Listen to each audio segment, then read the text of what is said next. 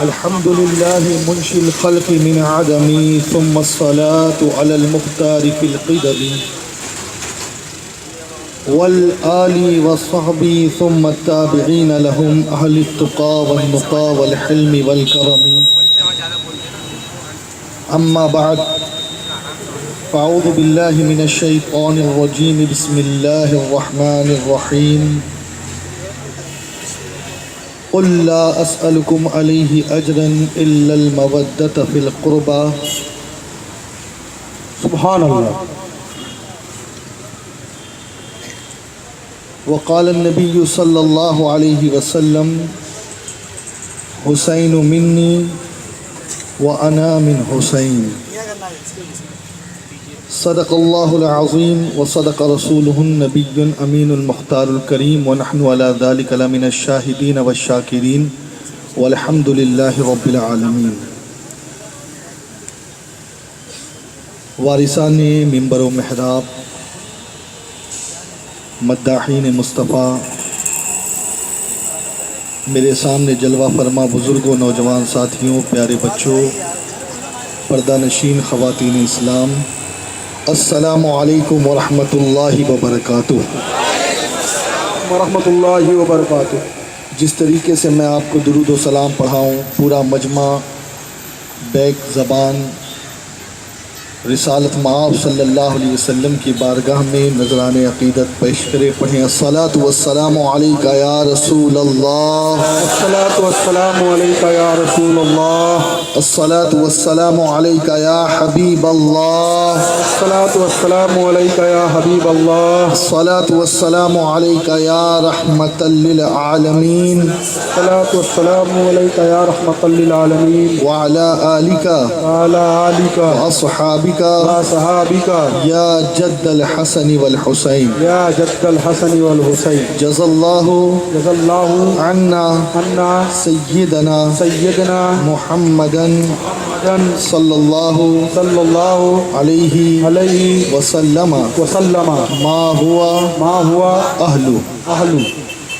امام طبرانی رحمۃ اللہ تعالیٰ علیہ بیان کرتے ہیں، حدیث نقل کرتے ہیں کہ آقا کریم صلی اللہ علیہ وسلم نے ارشاد فرمایا کہ جو کوئی اس انداز سے، جو ابھی اخیر میں نے آپ کے سامنے درود پڑھا، میری بارگاہ میں درود کا نذرانہ پیش کرتا ہے تو آقا فرماتے ہیں اللہ تعالیٰ 70 فرشتوں کو 1000 دن کے لیے مقرر کر دیتا ہے کہ اس ایک مرتبہ پڑھنے والے کو 1000 دن تک کے وہ 70 فرشتے اس کے نامہ اعمال میں نیکیاں لکھتے رہے. اللہ تبارک و تعالی ہم سب کی حاضری قبول و منظور فرمائے اور بارگاہ امام عالی مقام، امام حمام، امام تشنا کام، امام حسین علی جدہ علیہ الصلاۃ و تسلیم کی بارگاہ میں ہم سب کا نذرانہ دل اللہ قبول فرمائے.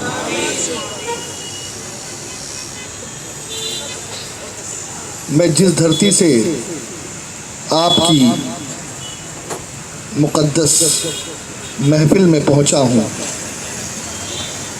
وہ دھرتی ہند کے راجہ، عطائے رسول، معین الحق فی الدین، حضرت خواجہ غریب نواز معین الدین حسن چشتی ثم اجمیری رضی اللہ تعالیٰ عنہ کی ہے. اور امام حسین رضی اللہ تعالیٰ عنہ کے حوالے سے بہتوں نے بہت کچھ کہا ہے، لیکن جو خواجہ غریب نواز کہہ گئے اس کی مثال آج تک کی دنیا پیش نہ کر سکا، اس کی نظیر نہ پیش کر سکا. میرے خواجہ فرماتے ہیں، عرض کرتے ہیں شاہ است حسین، حسین شاہ ہے، بادشاہ است حسین، دین است حسین، دی پناہ است حسین، سرداد نداد دست در دست یزید، حقا کے بنائے لا الہ است حسین. سبحان اللہ. بہت خوب. سبحان اللہ. عرض کرتے ہیں خواجہ کہ حسین شاہ ہے، لیکن فوراً اپنی زبان کو بدل دیتے ہیں، کہتے نہیں شاہ کہنا یہ امام کی بارگاہ کے لائق نہیں ہے، بلکہ کیا ہے حسین؟ فرماتے بادشاہ است حسین۔ سبحان اللہ۔ وہ شاہ نہیں ہے، وہ تو بادشاہ ہے، لیکن بادشاہ کہنے کے بعد بھی میرے خواجہ کو تسلی نہیں ہوتی۔ وہ کہتے ہیں کہ دنیا میں بہت سارے بادشاہ گزرے ہیں، کہیں ایسا نہ ہو کہ لوگ کسی عام بادشاہ کی طرح سمجھ لیں۔ تو کہا نہیں، نہ تو شاہ اور نہ تو عام بادشاہ، بلکہ فرماتے ہیں دین است حسین، حسین دین ہے۔ اور پھر عرض کرتے ہیں کہ صرف دین نہیں ہے بلکہ دی پناہ است حسین، جس کے دامن میں دین کو بھی پناہ ملتی ہے وہ ہے حسین۔ سبحان اللہ۔ اور فرماتے ہیں وہ کیسے دین کی پناہ امام کیسے بنے؟ تو کہتے ہیں کہ سرداد نداد دست در دست یزید، حقا کے بنا لا الہ است حسین، کہ اپنا سر دے دیا لیکن یزید کی بیعت قبول نہ کی، یزید کے ہاتھ میں ہاتھ نہ دیا۔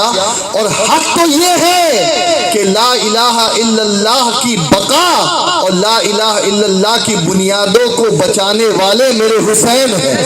سبحان اللہ۔ عزیزان ملت اسلامیہ، آج کی یہ محفل اور یہ کانفرنس جو امام حسین رضی اللہ تعالیٰ عنہ کی طرف منسوب ہے، انشاءاللہ چند باتیں پیش کرنے کی کوشش کروں گا۔ اللہ تبارک و تعالیٰ مجھے حق کہنے کی توفیق عطا فرمائے۔ آمین۔ یہ کربلا کی جو جنگ ہے، کوئی یہ نہ سمجھے کہ کربلا کی جنگ 61 ہجری محرم کی 10 تاریخ کو ختم ہو گئی، نہیں، امام نے کربلا کی جنگ کو شروع کیا اور وہ جنگ جاری ہے، اور انشاءاللہ قیامت تک کے وہ جنگ جاری رہے گی۔ اب ہمارا منصب کیا ہے، ہمارا فرض کیا ہے، اور ہم کس طریقے سے اپنا نذرانے دل امام کی بارگاہ میں پیش کرے؟ تو بس ہمارا منصب یہی ہے کہ کل بھی کربلا کے گرد یزیدیوں کا گھراؤ تھا، اور آج بھی ایک یزیدی سنگٹھن ISIS جو کربلا کی طرف تیزی سے بڑھتا جا رہا ہے، اور عراق اور کربلا اس کے نشانے پر ہے، اور مقصد یہی ہے کہ وہ لوگ کہ جن کے سینوں میں عظمت رسول اور عظمت آل رسول موجود ہے، ان کے سینوں سے عظمت رسول اور عظمت آل رسول نکالی جائے۔ اب اس وقت ایسے ماحول میں ہماری ذمہ داری کیا بنتی ہے؟ کیا صرف ہماری ذمہ داری یہ ہے کہ ہم 10 دنوں تک امام پاک کا جلسہ کریں، شربت پیے، کھچڑا اور حلیم کھائیں، نعرے تکبیر اور رسالت کی صدائیں بلند کر کے اپنے گھروں میں جا کر خواب خرگوش میں سو جائے اور مبتلا ہو جائے؟ نہیں، بلکہ ہماری اس وقت ذمہ داری بہت سخت ہوتی جا رہی ہے، اور جوں ہم قیامت کے قریب ہوتے جا رہے ہیں دوستوں، یہ معرکہ کربلا گرم سے گرم تر ہوتا جا رہا ہے۔ آج اس وقت پوری دنیا میں کیا چل رہا ہے، کیا سچویشن ہے، کیا پوزیشن ہے، وہ ہم اچھی طریقے سے جانتے ہیں۔ نہ حرم مکہ ہمارے پاس ہے، نہ حرم مدینہ ہمارے پاس ہے، اور آج نہ مسجد اقصی ہمارے پاس ہے، اور اس وقت جو کربلا جو اہل عقیدت کا مرکز ہے، بغداد معلیٰ جو اہل محبت کا مرکز ہے، وہ مراکز بھی ہمارے ہاتھوں سے آہستہ آہستہ جاتے نظر آ رہے ہیں۔ دراصل معاملہ یہ ہے کہ آج ہم سارے لوگ یہ سمجھ رہے ہیں کہ بس حسین اعظم کی محبت اس حد تک کے ہے کہ ہم سال میں ایک مرتبہ ان کے نام کی مجلس منعقد کر دیں، ان کا جشن بپا کریں اور ان کے نام کی نظر و نیاز کر دیں، بس یہی امام حسین کی محبت کا حق ادا کرنے کے لیے کافی ہے۔ تو یہ ہماری سوچ غلط ہے۔ آج پوری دنیا میں امام حسین رضی اللہ تعالیٰ عنہ کی محبت عظمت دل سے نکالنے کی ناپاک کوششیں کی جا رہی ہے، اور جو کچھ کتابوں میں موجود ہے امام حسین کی مجالس کے حوالے سے، روایات صحیحہ کے حوالے سے، اسے بھی روکنے کا مقصد صاف اور صاف یہ ہے کہ خارجیت کو بڑھاوا دیا جائے، یزیدیت کو بڑھاوا دیا جائے، اور لوگوں سے عظمت حسین اور عظمت آل حسین ان کے دلوں سے نکالی جائے۔ اس وقت آئیے قرآن اور حدیث کی روشنی میں، قرآن و سنت کی روشنی میں ہم اپنی ذمہ داریوں کو محسوس کریں، اور اس محبت کا حق ہم کس طریقے سے ادا کر سکتے ہیں، اور یہ محبت ہے کیا، اور اس محبت کے حوالے سے ہماری ذمہ داریاں کیا ہے، اس کی طرف ہم بڑھتے ہیں۔ قرآن مقدس میں سورہ شورى اللہ رب العزت ارشاد فرماتا ہے، قل، اے محبوب آپ فرما دیجئے، لا اسألکم علیہ اجرا، میں تم سے کوئی بدلہ نہیں مانگتا، کوئی عوض نہیں مانگتا، کوئی میں تم سے ریٹرن نہیں لیتا، اس کا ریورس نہیں لیتا، الا المودۃ فی القربى، مگر یہ کہ جو میرے قرابت والے ہیں، جو میرے خاندان والے ہیں، جو میری آل ہے، جو میرے رشتہ دار ہے، جو میرے قریبی ہے، ان سے مودت کرو۔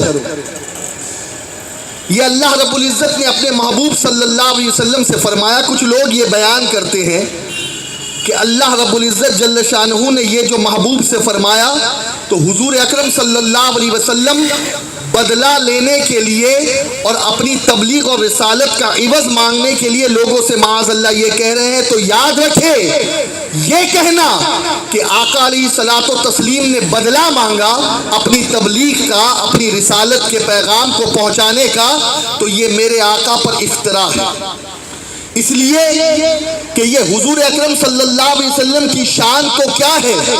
ارے اس منبر پر جتنے علماء بیٹھے ہیں، جو علماء حقہ ہے، جو علماء ربانیین ہیں، آج بھی ان کا یہ وتیرہ ہے کہ جب انہیں کہیں بلایا جاتا ہے تبلیغ کے لیے، اور اگر کوئی آدمی ان سے جب طے کرنے کی کوشش کرتا ہے تو پھر وہ یہی جواب دیتے ہیں، بھائی جو خوشی ہے وہ دے دیں، اس لیے کہ ہم یہ جو کام کر رہے ہیں اس کے بدلے میں ہمیں آپ سے کچھ نہیں چاہیے، اللہ پاک سے چاہیے۔ سبحان اللہ۔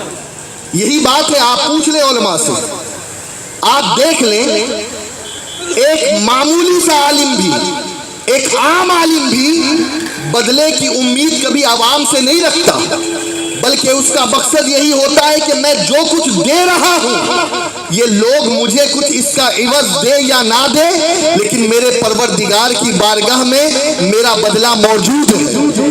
سبحان اللہ۔ اور وہ رب جس کی شان یہ ہے، فَمَن يَعْمَلْ مِثْقَالَ ذَرَّةٍ خَيْرًا يَرَهُ وَمَن يَعْمَلْ مِثْقَالَ ذَرَّةٍ شَرًّا يَرَهُ، ذرے ذرے کا وہ بدلہ دینے والا ہے، تو پھر آقا علیہ الصلوۃ والتسلیم بدلہ کیوں مانگیں گے؟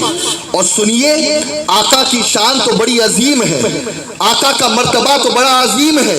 ارے جتنے اولیاء کرام کی اگر ہم زندگی کو دیکھیں، بزرگان دین کی زندگی کو دیکھیں، اور جو قاضیان شرع ہے ان کی زندگی کو اگر ہم دیکھیں تو ان کی کیفیت بھی یہی ہوتی تھی کہ اگر ان کی بارگاہ میں کوئی چیز پیش کرنے کی کوئی کوشش کرتا تو بہت کم ایسا ہوتا کہ اسے قبول کرتے، ورنہ اس کی چیز اس کو واپس لوٹاتے نظر آتے، اور یہ کہتے نظر آتے کہ میں نے جو مسئلہ تمہیں بیان کیا ہے یہ کسی بدلے میں نہیں بلکہ اللہ رب العزت کی رضا کے لیے کیا۔ سبحان اللہ، سبحان اللہ۔ اور جتنے بھی پیغمبر ہیں قرآن مقدس اٹھا کر کے دیکھ لے آپ، حضرت نوح کے حوالے سے، حضرت عیسیٰ کے حوالے سے، حضرت موسیٰ کے حوالے سے، اور جتنے پیغمبران اعظام گزرے ہیں ان کی اگر ہم زندگی کا جائزہ لیں تو جب جب قوم ان کے سامنے کچھ لے کر کے پہنچی ہے کہ آپ نے جو حق کا پیغام ہم کو دیا، توحید کا پیغام ہم کو دیا، اور جو ہماری پیشانیوں کو معبودان باطل سے ہٹا کر کے ایک وحدہ لا شریک کے آگے جھکایا ہے، تو ہم اس کے بدلے میں آپ کو کچھ دینا چاہتے ہو، تو سارے نبیوں کا یہی جواب تھا کہ سنو، ہمارا بدلہ ہمارے رب کی بارگاہ میں موجود ہے۔ سبحان اللہ۔ سوال یہ پیدا ہوتا ہے کہ آقا کی طرف اگر بدلہ منسوب کیا جائے کہ حضور بدلہ مانگ رہے ہیں، اور بدلے میں بھی کیا مانگ رہے ہیں؟ اپنے رشتہ داروں کی محبت، اپنے گھر والوں کی محبت، سیدنا علی کی محبت، سیدتنا فاطمہ کی محبت، سیدنا امام حسن کی محبت، امام حسین کی محبت، ان کی آل کی محبت. تو سن لے، کوئی بھی جو کم علم ہوگا وہ یہ کہے گا دیکھو یہ پارشلٹی چل رہی ہے، یہ طرفداری چل رہی ہے، اور جو کچھ دین کا پیغام رسول اللہ نے دیا تو فوراً اس کا بدلہ اور کیش کرنے کے لیے آ گئے اور کہنے لگے کہ بھائی دیکھو میرے گھر والوں کو تکلیف نہ ہو، میرے خاندان والوں کو تکلیف نہ ہو. یہ تو ایک پارشلٹی ہے اور یہ تو طرفداری ہے. معاذ اللہ ثم معاذ اللہ. کوئی کم علم اور تنگ ذہن یہ بات کہہ سکتا ہے، لیکن آؤ آج اس منبر رسول سے میں آپ کو ایک حق کا پیغام سناتا جاؤں. یاد رکھے یہ جو آیت پاک نازل ہوئی ہے، اللہ کے نبی علیہ الصلوۃ والتسلیم نے اپنی طرف سے کچھ نہیں کہا. قل کا لفظ یہ بتا رہا ہے کہ بات حضور کی نہیں ہے، بات خدا کی ہے. حضور تو صرف پہنچا رہے ہیں.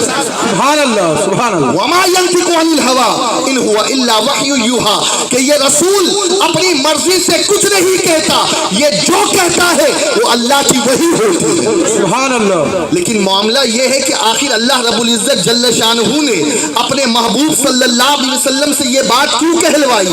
یہ بات کیوں اللہ کے رسول صلی اللہ علیہ وسلم سے اللہ نے کہلوائی کہ اے محبوب آپ ان سے کہہ دیجئے کہ توحید کے بدلے، رسالت کا پیغام پہنچانے کے بدلے، تبلیغ کے بدلے میں تم سے کچھ طلب نہیں کرتا، میں کچھ عوض نہیں لیتا. ہاں مگر یہ کہ تم میرے رشتہ داروں سے محبت کرو، تم میرے قرابت اہل قرابت سے محبت کرو، میرے قریبی جو لوگ ہیں ان سے محبت کرو. آخر اللہ رب العزت جل شانہ نے حضور اکرم صلی اللہ تبارک و تعالی علیہ وسلم کو یہ حکم کیوں دیا؟ تو آؤ اس کے بارے میں ہم سنتے ہیں، قرآن اور حدیث کی روشنی کے ذریعے سے ہم سمجھنے کی کوشش کرتے ہیں. دیکھیے دو چیز ہوتی ہے، ایک تو ہوتا ہے کوئی بڑا انعام ملنا، کوئی دولت ملنا، اور دوسرا ہوتا ہے اس دولت کی حفاظت اور اس دولت کو حفاظت کے ساتھ سنبھال کے رکھنا اور دنیا سے اس کو اپنے ساتھ لے کر جانا. یہ دو چیزیں الگ الگ ہیں. ایک تو ایمان والا ہونا ہے اور دوسرا اس ایمان کو اپنے ساتھ قبر میں اور حشر میں بچا کر لے جانا ہے. آپ سمجھ رہے ہیں یا نہیں سمجھ رہے؟ سمجھ رہے ہیں نا؟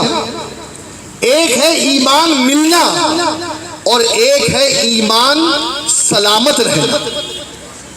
اور اللہ کے نبی صلی اللہ علیہ وسلم نے بھی یہی ارشاد فرمایا کہ اگر کوئی ایمان والا ہو گیا تو یہ کمال کی بات نہیں ہے، بلکہ کمال یہ ہے کہ اس ایمان کی دولت کی محافظت ہو اور مرتے وقت وہ ایمان سلامت ہو. سبحان اللہ. بہت خوب. اور آقا نے یہی تو فرمایا کہ اصل جو ہے وہ انجام ہے. مرتے وقت آدمی کی سچویشن میں ہے، مرتے وقت آدمی کی کیفیت کیا ہے، اس کے ایمان کی کیفیت کیا ہے، وہی اصل ہے. ارے زندگی بھر کوئی عبادت کرے، زندگی بھر کوئی ریاضت کرے، زندگی بھر کوئی سجدہ کرے، لیکن موت کے وقت وہ کلمہ کفر بک دے، موت کے وقت وہ گستاخ رسول یا گستاخ آل رسول بن جائے، تو مجھے بتائیے کیا اس کو قبر میں کوئی بدلہ ملنے والا ہے؟ کیا حشر میں کوئی بدلہ ملنے والا ہے؟ چلیے میں آپ سے ایک چیز پوچھتا ہوں. یہ اتنا بڑا مجمع ہے، سیلاب کی طرح ٹھاٹے مارتا ہوا سمندر نظر آ رہا ہے، لیکن میں آپ سے سوال کرتا ہوں، ہر ایک سے سوال کرتا ہوں. مجھے بتاؤ ابھی یہ صاحب جو ناز شریف پڑھ رہے تھے نابینا تھے، اور ان سے ہی ہم سوال کرتے ہیں، ان سے ہی ہم شروع کرتے ہیں. بھائی بتائیں، آپ اپنی آنکھیں چاہتے ہیں، آپ چاہتے ہیں کہ آپ کو آنکھیں مل جائے. کوئی یہ کہے کہ ہم تمہیں 2 آنکھ ڈونیٹ کرنا چاہتے ہیں، لیکن اس کے بدلے تم ایمان سے جو ہے وہ اپنے آپ کو علیحدہ کر دو، تم جو ہے گستاخ رسول بن جاؤ، تم اللہ کی ذات میں کسی کو شریک کر دو، تو کیا یہ ایسا کریں گے؟ ہرگز نہیں کریں گے. چلیے آپ لوگوں میں سے کسی سے کوئی کہے ہم تمہیں 1 کروڑ دینے کے لیے تیار ہے، 2 کروڑ دینے کے لیے تیار ہے، 10 کروڑ دینے کے لیے تیار ہے. آپ جو ہے اپنی زبان سے کلمہ کفر نکال دے, لیکن کوئی بھی ایسا شخص نہیں ہے جو اتنے پیسوں کے بدلے کلمہ کفر اپنی زبان سے نکال دے. کیوں؟ کہنے والا یہی کہے گا, ایمان والا یہی کہے گا, ارے تیری دولت کو میں اپنی جوتے کی نوک پہ مارتا ہوں, اس لیے کہ جو محبت رسول ہے اس سے بڑھ کر کے دنیا میں اور کوئی دولت ہو ہی نہیں سکتی. سبحان اللہ, بہت خوب, سبحان اللہ. عشق رسول سے بڑھ کر کوئی دولت نہیں ہو سکتی, ایمان سے بڑھ کر کوئی دولت نہیں ہو سکتی, اسلام سے بڑھ کر کوئی دولت نہیں ہوتی. لیکن سنیے دوستو, آپ اگر جائزہ لے تاریخ کا تو ایسا بارہا ہوا ہے کہ کوئی انسان مسلمان تھا لیکن وہ مرتے وقت مسلمان رہ نہ سکا. آئیے آپ بلام بورا کی زندگی کو دیکھیں. بنی اسرائیل کا ایک شخص تھا, مستجاب الدعوات تھا, جس کی کیفیت یہ تھی کہ جو بھی اس کی بارگاہ میں آتا اور جس کے لیے وہ ہاتھ اٹھا کر کے دعا کر دیتا, اللہ تعالیٰ اس کی دعا کو قبول فرما دیتا. اور اس کی دعا ایسی تھی کہ زبان سے جو نکلتا اللہ فوراً منظور کر لیا کرتا. لیکن سنو, ایک مرتبہ جب اس نے سیدنا موسیٰ علیہ السلام کی گستاخی کی تو اللہ رب العزت نے وہ منصب اس سے چھین لیا. اور آج بھی آپ جانتے ہیں بہت سارے ایسے لوگ ہیں جن کا نام تو مسلمان ہے, جن کا حلیہ تو مسلمانوں جیسا ہے, لیکن حقیقی معنوں میں اللہ کی ذات میں شریک کرنے کی وجہ سے, مصطفیٰ کی گستاخی کرنے کی وجہ سے, شان اہل بیت میں جو ہے وہ معتوب ہو, شان اہل بیت میں گستاخی کرنے کی وجہ سے وہ ایمان میں نہیں رہے, نام اگرچہ مسلمان ہے. اب آپ اس چیز کو اپنے ذہن میں رکھ لیں کہ ایمان والا ہونا بڑی بات نہیں ہے بلکہ ایمان سلامت لے جانا بڑی بات ہے. امام شافعی رحمت اللہ تعالی علیہ سے جب کسی نے پوچھا تھا کہ آپ کیا کہتے ہیں ایمان کے بارے میں, تو کہا تھا ان المؤمن انشاءاللہ. کسی نے کہا حضور کیا آپ اپنے ایمان میں شک کرتے ہیں کہ آپ مومن نہیں ہیں, آپ نے انشاءاللہ کی قید کیوں لگائی؟ تو جواب دیتے ہیں اس لیے کہ آج تو محمد بن ادریس ایمان والا ہے, لیکن اگر اللہ نے چاہا تو مرتے وقت بھی ایمان والا رہے گا. سبحان اللہ, سبحان اللہ. یاد رکھیں دوستو, یہ دو الگ الگ چیز ہے. ایک ہے ایمان والا ہونا اور ایک ہے ایمان کے ساتھ اس دنیا سے جانا. اور اس بات کے اندر کوئی مبتلا نہ رہے, بلکہ فرمایا گیا کہ جسے ایمان کی فکر نہ ہو, جسے ایمان کے حوالے سے یہ بات کا خطرہ نہ ہو, ایمان کی سلامتی کی فکر نہ ہو, تو ایسے لوگوں کے بارے میں فرمایا گیا کہ ڈر ہے کہ مرتے وقت ان کا ایمان سلامت نہ رہ سکے. بہت ساری احادیث آپ کو اس حوالے سے ملے گی کہ جس کے حوالے سے بتایا گیا کہ اگر بندہ اس گناہ میں مبتلا ہوتا ہے تو ایمان کا خطرہ ہے, موت کے وقت ایمان سلامت نہ رہے. ماں باپ کا گستاخ ہوتا ہے, ہو سکتا ہے کہ موت کے وقت ایمان سلامت نہ رہے. بہت ساری ایسی احادیث موجود ہے. دوستو سمجھ میں آ گیا, دو چیز ہے یہاں پر, ایک ہے ایمان والا ہونا اور ایک ہے ایمان کے ساتھ اس دنیا سے جانا. صحابی کی تعریف بھی یہی ہے, صحابی بھی اسی کو کہتے ہیں کہ جس نے ایمان کی حالت میں رسول کو دیکھا اور ایمان کی حالت میں اس دنیا سے گیا اسے صحابی کہتے ہیں. ایمان کی حالت میں اس دنیا سے جانا ضروری ہے. اب میرے پیارے آقا علیہ الصلوۃ والتسلیم کے پیارے دیوانوں, نبی نے جو قرآن کی دولت ہمیں عطا فرمائی, جو اسلام کی دولت ہمیں عطا فرمائی, جو دین کی دولت ہمیں عطا فرمائی, جو اپنی محبت کی دولت عطا فرمائی, اس بات کا خطرہ تھا کہ کہیں کوئی لٹیرا, کہیں کوئی ڈاکو شبخو نہ مان لے, اس کے ایمان کے اوپر ڈاکہ نہ ڈال دے, اسے بے ایمان نہ بنا دے. نبی کو بھی اس بات کی فکر تھی کہ میری امت جہنم میں جانے سے بچے. اور میں آپ کو کیا بتاؤں, نبی اس بارے میں کتنا سوچا کرتے تھے, کتنا سوچا کرتے تھے. آج تو معاذ اللہ ثم معاذ اللہ ہم روایات میں کھو گئے ہیں, اجل کے خیالات میں کھو گئے ہیں. آج ہماری زندگی بڑی عجیب تر نظر آ رہی ہے, آج ہماری فکر بڑی عجیب ہو گئی ہے. ہم تو بس اپنے ہی گھر میں ایک دوسرے کی جو ہے وہ خامہ تلاشی میں لگے ہوئے ہیں. لیکن سنیے, میں آپ کو بتاؤں, رسول کریم صلی اللہ تبارک و تعالی علیہ وسلم کے سامنے سے ایک جنازہ گزرا, اللہ کے نبی کھڑے ہو گئے, آنکھوں سے آنسو بہنے لگے. کسی نے کہا یا رسول اللہ علیہ السلام کیا بات ہے, آپ کیوں رو رہے ہو؟ یہ مرنے والا مسلمان نہ تھا, یہ مرنے والا یہودی تھا, آپ کے رونے رونے کی وجہ کیا ہے؟ اللہ کے نبی صلی اللہ تبارک و تعالی علیہ وسلم ارشاد فرماتے ہیں اسی لیے رو رہا ہوں، کاش کہ یہ مومن بن کر مرتا تو آج جہنم میں نہیں بلکہ جنت کی طرف جا رہا ہے۔ سبحان اللہ سبحان اللہ۔ آج بتائیں کیا ہماری یہ فکر ہے کہ ہم کسی غیر مسلم کو اسلام کی دعوت دیں، اسے اسلام میں داخل کریں؟ اللہ اکبر کبیرہ۔ آقا کو اس کی فکر تھی، اور صرف اسی کی فکر نہیں تھی، آقا نے جو دعوت کا پیغام دیا تھا اور جو تقریباً 23 سال کی مختصر مدت میں مصطفیٰ جان رحمت صلی اللہ علیہ وسلم نے 1.25 کروڑ لوگوں کو، 1.25 لاکھ لوگوں کو جو ایمان کی دولت سے سرفراز فرمایا تھا، اس بات کا خطرہ تھا میرے آقا کو کہیں ایسا نہ ہو کہ میرے بعد میری امت کو کوئی گمراہ کر دے، میرے بعد میری امت کے ایمان کو کوئی سلب کر لے، میرے بعد میری امت کے ایمان کے اوپر کوئی ڈاکہ ڈال دے۔ آقا اس فکر میں رہتے تھے، آقا کو یہ خیال ہمیشہ ستاتا رہتا تھا، لیکن اللہ اکبر کبیرہ، اللہ کے رسول صلی اللہ علیہ وسلم کو جو خیال ستاتا تھا، اور یہ خیال ستانا بالکل بجا ہے۔ آپ دیکھیے نا، ان علماء سے آپ پوچھئے، کئی ایسے لوگ ہیں، کئی ایسے نوجوان ہیں جو کل تک کے اہل سنت تھے، جو اسلام کے اندر تھے، جن کی بات یہ تھی کہ وہ مصطفیٰ کا ادب کرتے تھے، لیکن تھوڑا سا صحبت میں کیا بگاڑ پیدا ہوئی، کہا کسی گستاخ رسول کی صحبت اختیار کی تو آج معاذ اللہ نبی کی گستاخی بھی کرتے نظر آ رہے ہیں، بے ادبی بھی کرتے نظر آ رہے ہیں۔ ہو رہا ہے یا نہیں ہو رہا ہے؟ یہ پوزیشن ہے یا نہیں؟ کالج میں جانے والے نوجوانوں کو دیکھو، یونیورسٹی میں جانے والے نوجوانوں کو دیکھو، ان کی سچویشن کیا ہے؟ وہاں کوئی مولوی نہیں ہے، وہاں کوئی حافظ حدیث نہیں ہے، وہاں کوئی جو ہے وہ شیخ الحدیث نہیں ہے جو ان نوجوانوں کے ایمان کو بچائے۔ وہاں تو سر سید جیسے دہریے موجود ہیں جو نیکریت کا درس دیتے ہیں، جو گستاخیوں کا درس دیتے ہیں۔ اللہ اکبر کبیرہ۔ اچھا، یہ بات تو میں عوام کی کر رہا ہوں، اس بات کی فکر تو خواص کو بھی تھی۔ اور آپ کو ایک واقعہ صرف میں اس ضمن میں عرض کروں، اس طرف لے جانے کے لیے ایک بہت بڑے بزرگ کا نام ہم نے سنا ہے، حضرت علامہ امام فخر الدین رازی رحمت اللہ تعالی علیہ، جنہوں نے تفسیر لکھی ہے، جنہوں نے کئی کتابیں امت کو عطا فرمائی ہے۔ اس امام کا حال یہ تھا، اس مفسر کا حال یہ تھا کہ 360 دلیلیں خدا کی توحید کے حوالے سے جمع کی تھی، اور اتنا ہی نہیں بلکہ اگر آپ کبھی تفسیر کبیر کو اٹھا کر کے دیکھیں گے تو آپ کی عقل دنگ ہو جائے گی، وہ علم کے دریا بہائے ہیں آپ نے۔ لیکن سنیے آپ، جب آخری وقت ان کا آیا، اتنے بڑے مفسر، اتنے بڑے عالم، اتنے بڑے تقوی والے، اتنے بڑے آل رسول سے محبت کرنے والے، لیکن سنیے جب موت کا وقت آیا شیطان نے حملہ کر دیا۔ اور اللہ اکبر اللہ اکبر، جانتے ہو شیطان کا حملہ صرف موت کے وقت تک نہیں ہوتا، بلکہ حدیث اٹھا کر کے دیکھو، قبر میں بھی جب بندہ جاتا ہے تو آقا نے تلقین کا حکم دیا ہے، تلقین کے حوالے سے کہا ہے، اس لیے کہ قبر میں بھی یہ شیطان ہمیں نہیں چھوڑتا، یہ ہمارا ازلی دشمن ہے۔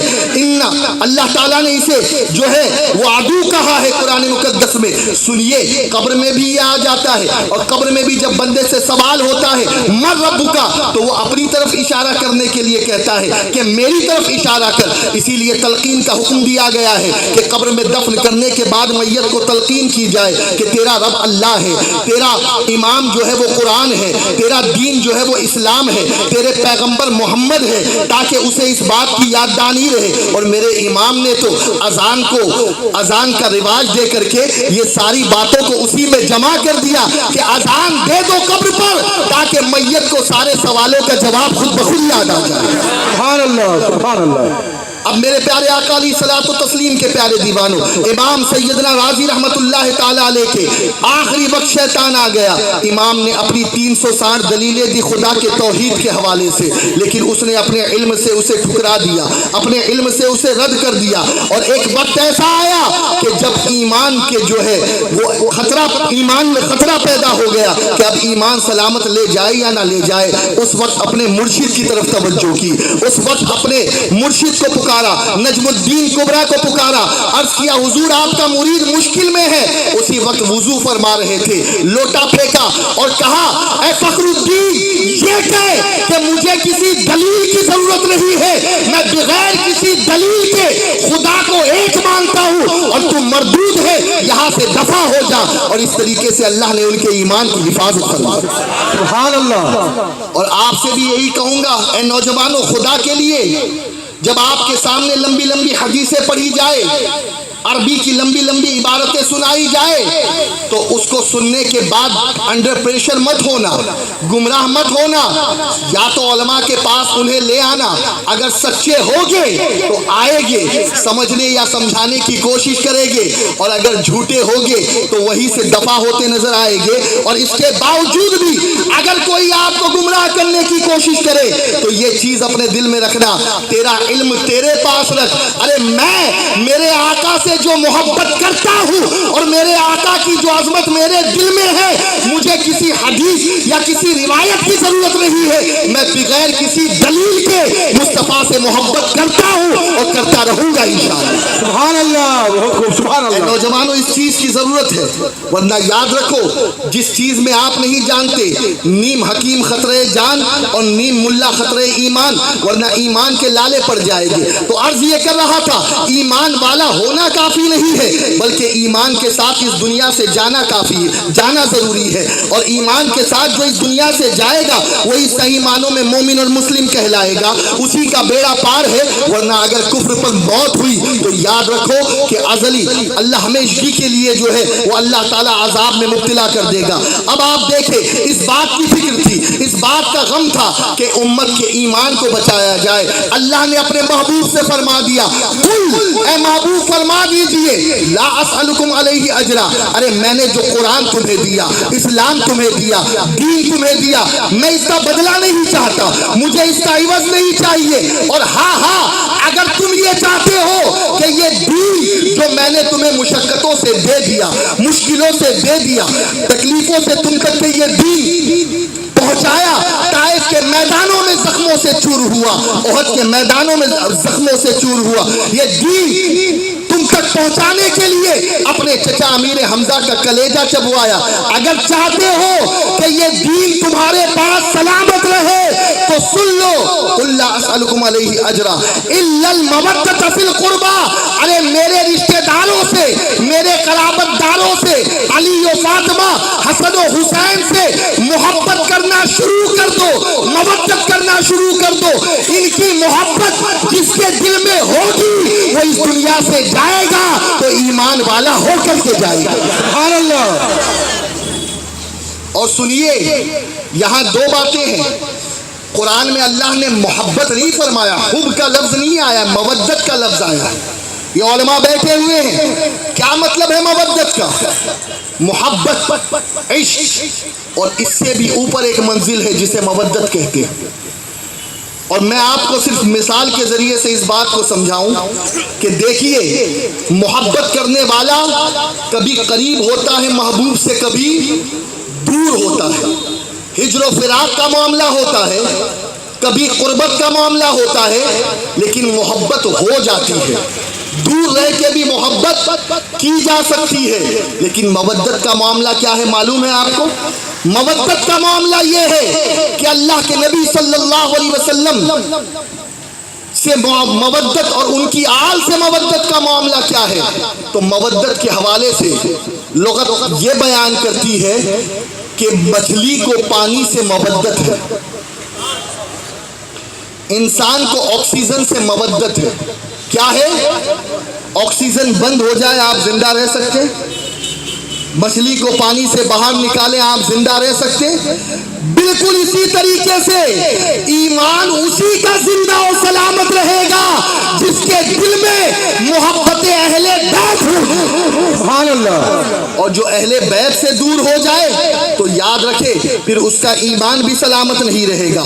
آج اس وقت جس چیز کی سب سے زیادہ ضرورت ہے وہ یہی ہے، آپ جانتے ہیں امام احمد بن حنبل نے اس حدیث کو روایت کیا ہے، حضرت سیدنا عبداللہ ابن عباس رضی اللہ تعالیٰ عنہما نے اسے روایت کیا ہے کہ ایک مرتبہ حضرت عباس رضی اللہ تعالیٰ عنہ کسی جگہ سے گزر رہے تھے۔ حضرت عباس حضور کے گھر والے ہیں، حضور کے خاندان والے ہیں، کسی نے حضرت عباس رضی اللہ تعالیٰ عنہ کو دیکھنے کے بعد اپنے چہرے کو پھیر دیا، کچھ بات کر رہے تھے، گفتگو کو روک دیا۔ یاد رکھے دوستو، اہل بیت کے حوالے سے ہمیشہ اللہ سے ڈرتے رہے، ہمیشہ اللہ کا خوف اپنے دل میں رکھے، اس لیے کہ یہ کوئی معمولی ہستیاں نہیں ہے، یہ کوئی معمولی لوگ نہیں ہے، ارے ان کی اصل مصطفیٰ سے ہے، ان کی نسل مصطفیٰ سے ہے، یہ مصطفیٰ کی آل ہے۔ اور اور یہ بات اپنے ذہن میں رکھیں اچھی طریقے سے کہ اگر آپ کو مجھ سے محبت ہوگی تو جو میرے بچے ہیں ان سے بھی آپ محبت کرو.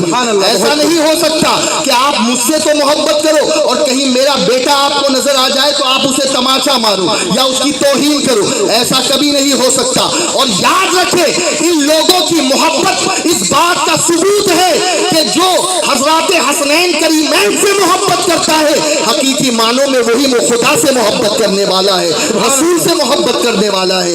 اب میرے پیارے آقا علیہ الصلوۃ والتسلیم کے پیارے دیوانوں, آپ دیکھیں حضرت عباس رضی اللہ تعالیٰ عنہ آتے ہیں حضور کی بارگاہ میں, عرض کرتے ہیں یا رسول اللہ علیہ السلام, مدینے کے کچھ لوگ ہیں, مدینے کے کچھ ایسے لوگ ہیں جو ہم سے یہ کہتے ہیں معاذ اللہ ثم معاذ اللہ کہ ہم نے تمہیں عزت دی ہے, تمہیں تو مکے والوں نے نکال دیا تھا, تمہیں تو مکے والوں نے بے گھر کر دیا تھا, تم تو جو ہے ذلیل ہو گئے تھے, ہم نے تمہیں پناہ دی ہے, ہم نے تمہیں عزت دی ہے. اللہ کے نبی صلی اللہ تبارک و تعالی علیہ وسلم جلال میں آتے ہیں اور منبر پر تشریف لاتے ہیں اور لوگوں کو جمع کرتے ہیں اور کہتے ہیں اے لوگوں تمہیں کیا ہو گیا ہے جو تم میرے حوالے سے اس قسم کی باتیں کر رہے ہو کہ مکے والوں نے مجھے مجبور کیا تو تم نے مجھے پناہ دی, مکے والوں نے مجھے ذلیل کیا تم نے مجھے عزت دی, مکے والوں نے مجھے بے گھر کیا تم نے ہمیں گھر دیا.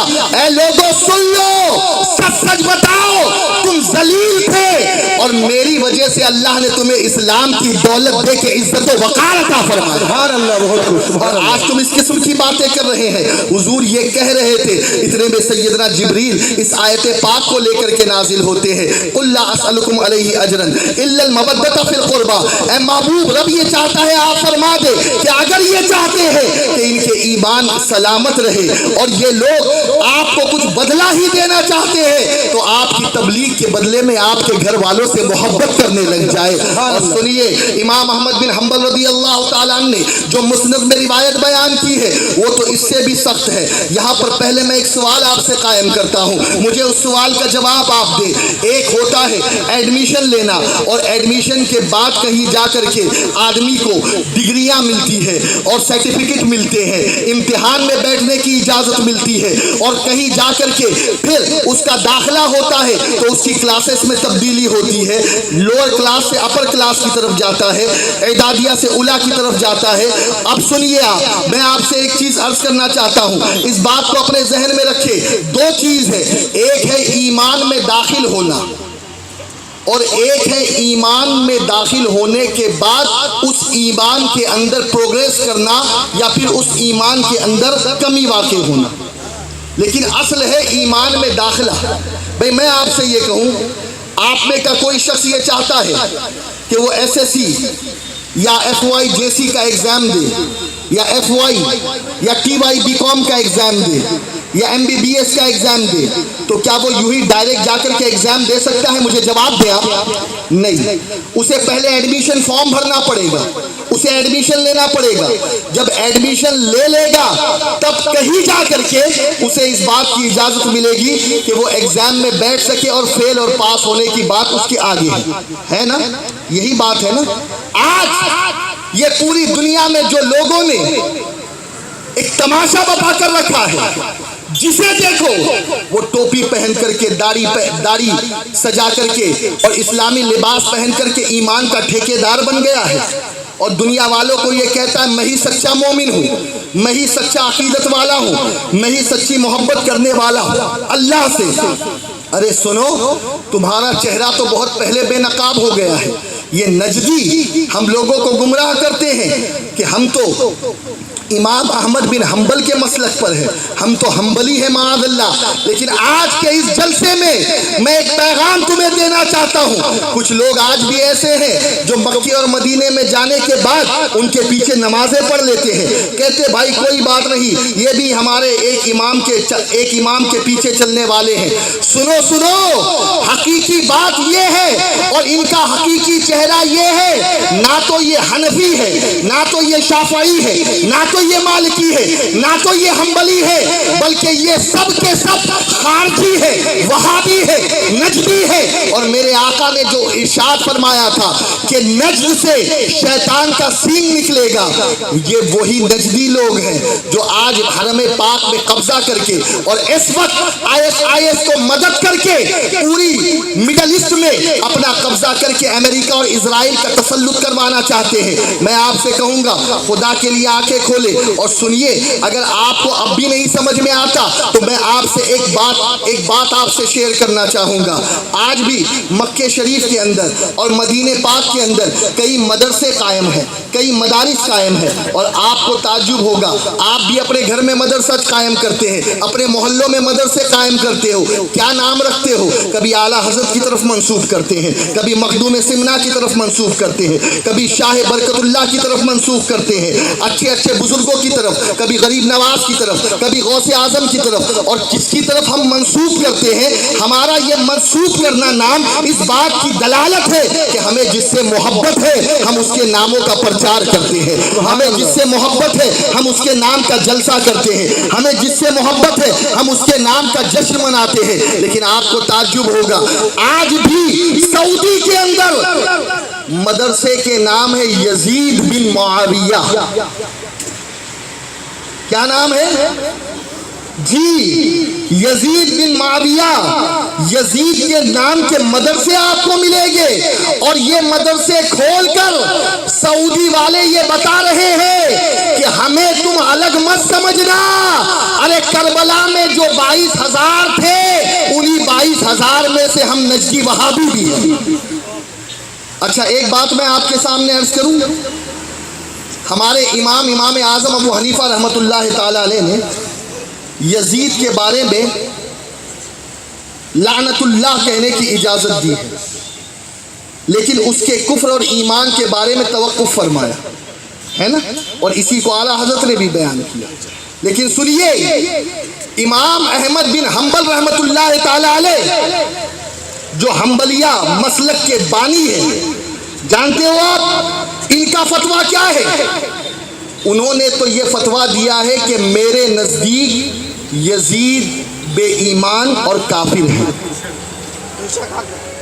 یہ امام احمد بن حنبل کا فتویٰ ہے، اور جانتے ہو ان کے پاس دلیل کیا ہے؟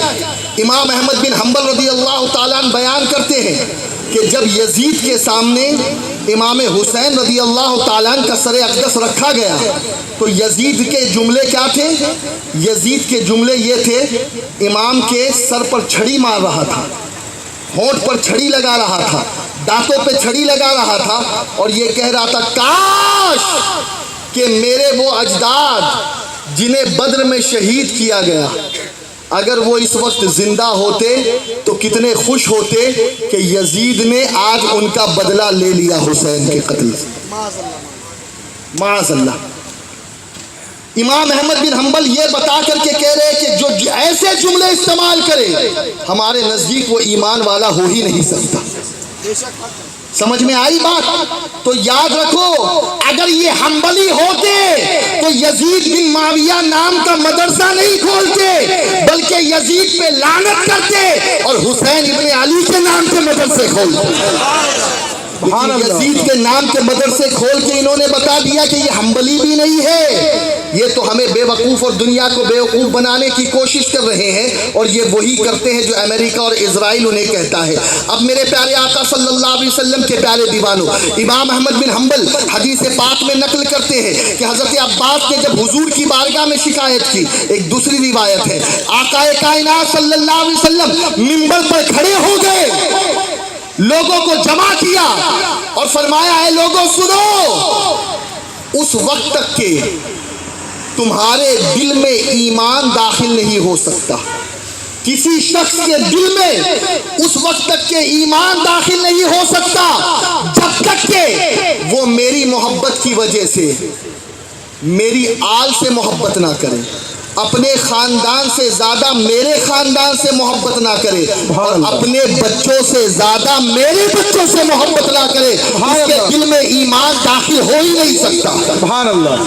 وہ لوگ جو اہل بیت سے محبت نہیں کرتے اور اپنے آپ کو مومن کہتے ہیں، کان کھول کر کے سن لے، آقا نے فرما دیا ارے ایمان تو تمہارے دل میں داخل ہی نہیں ہوا۔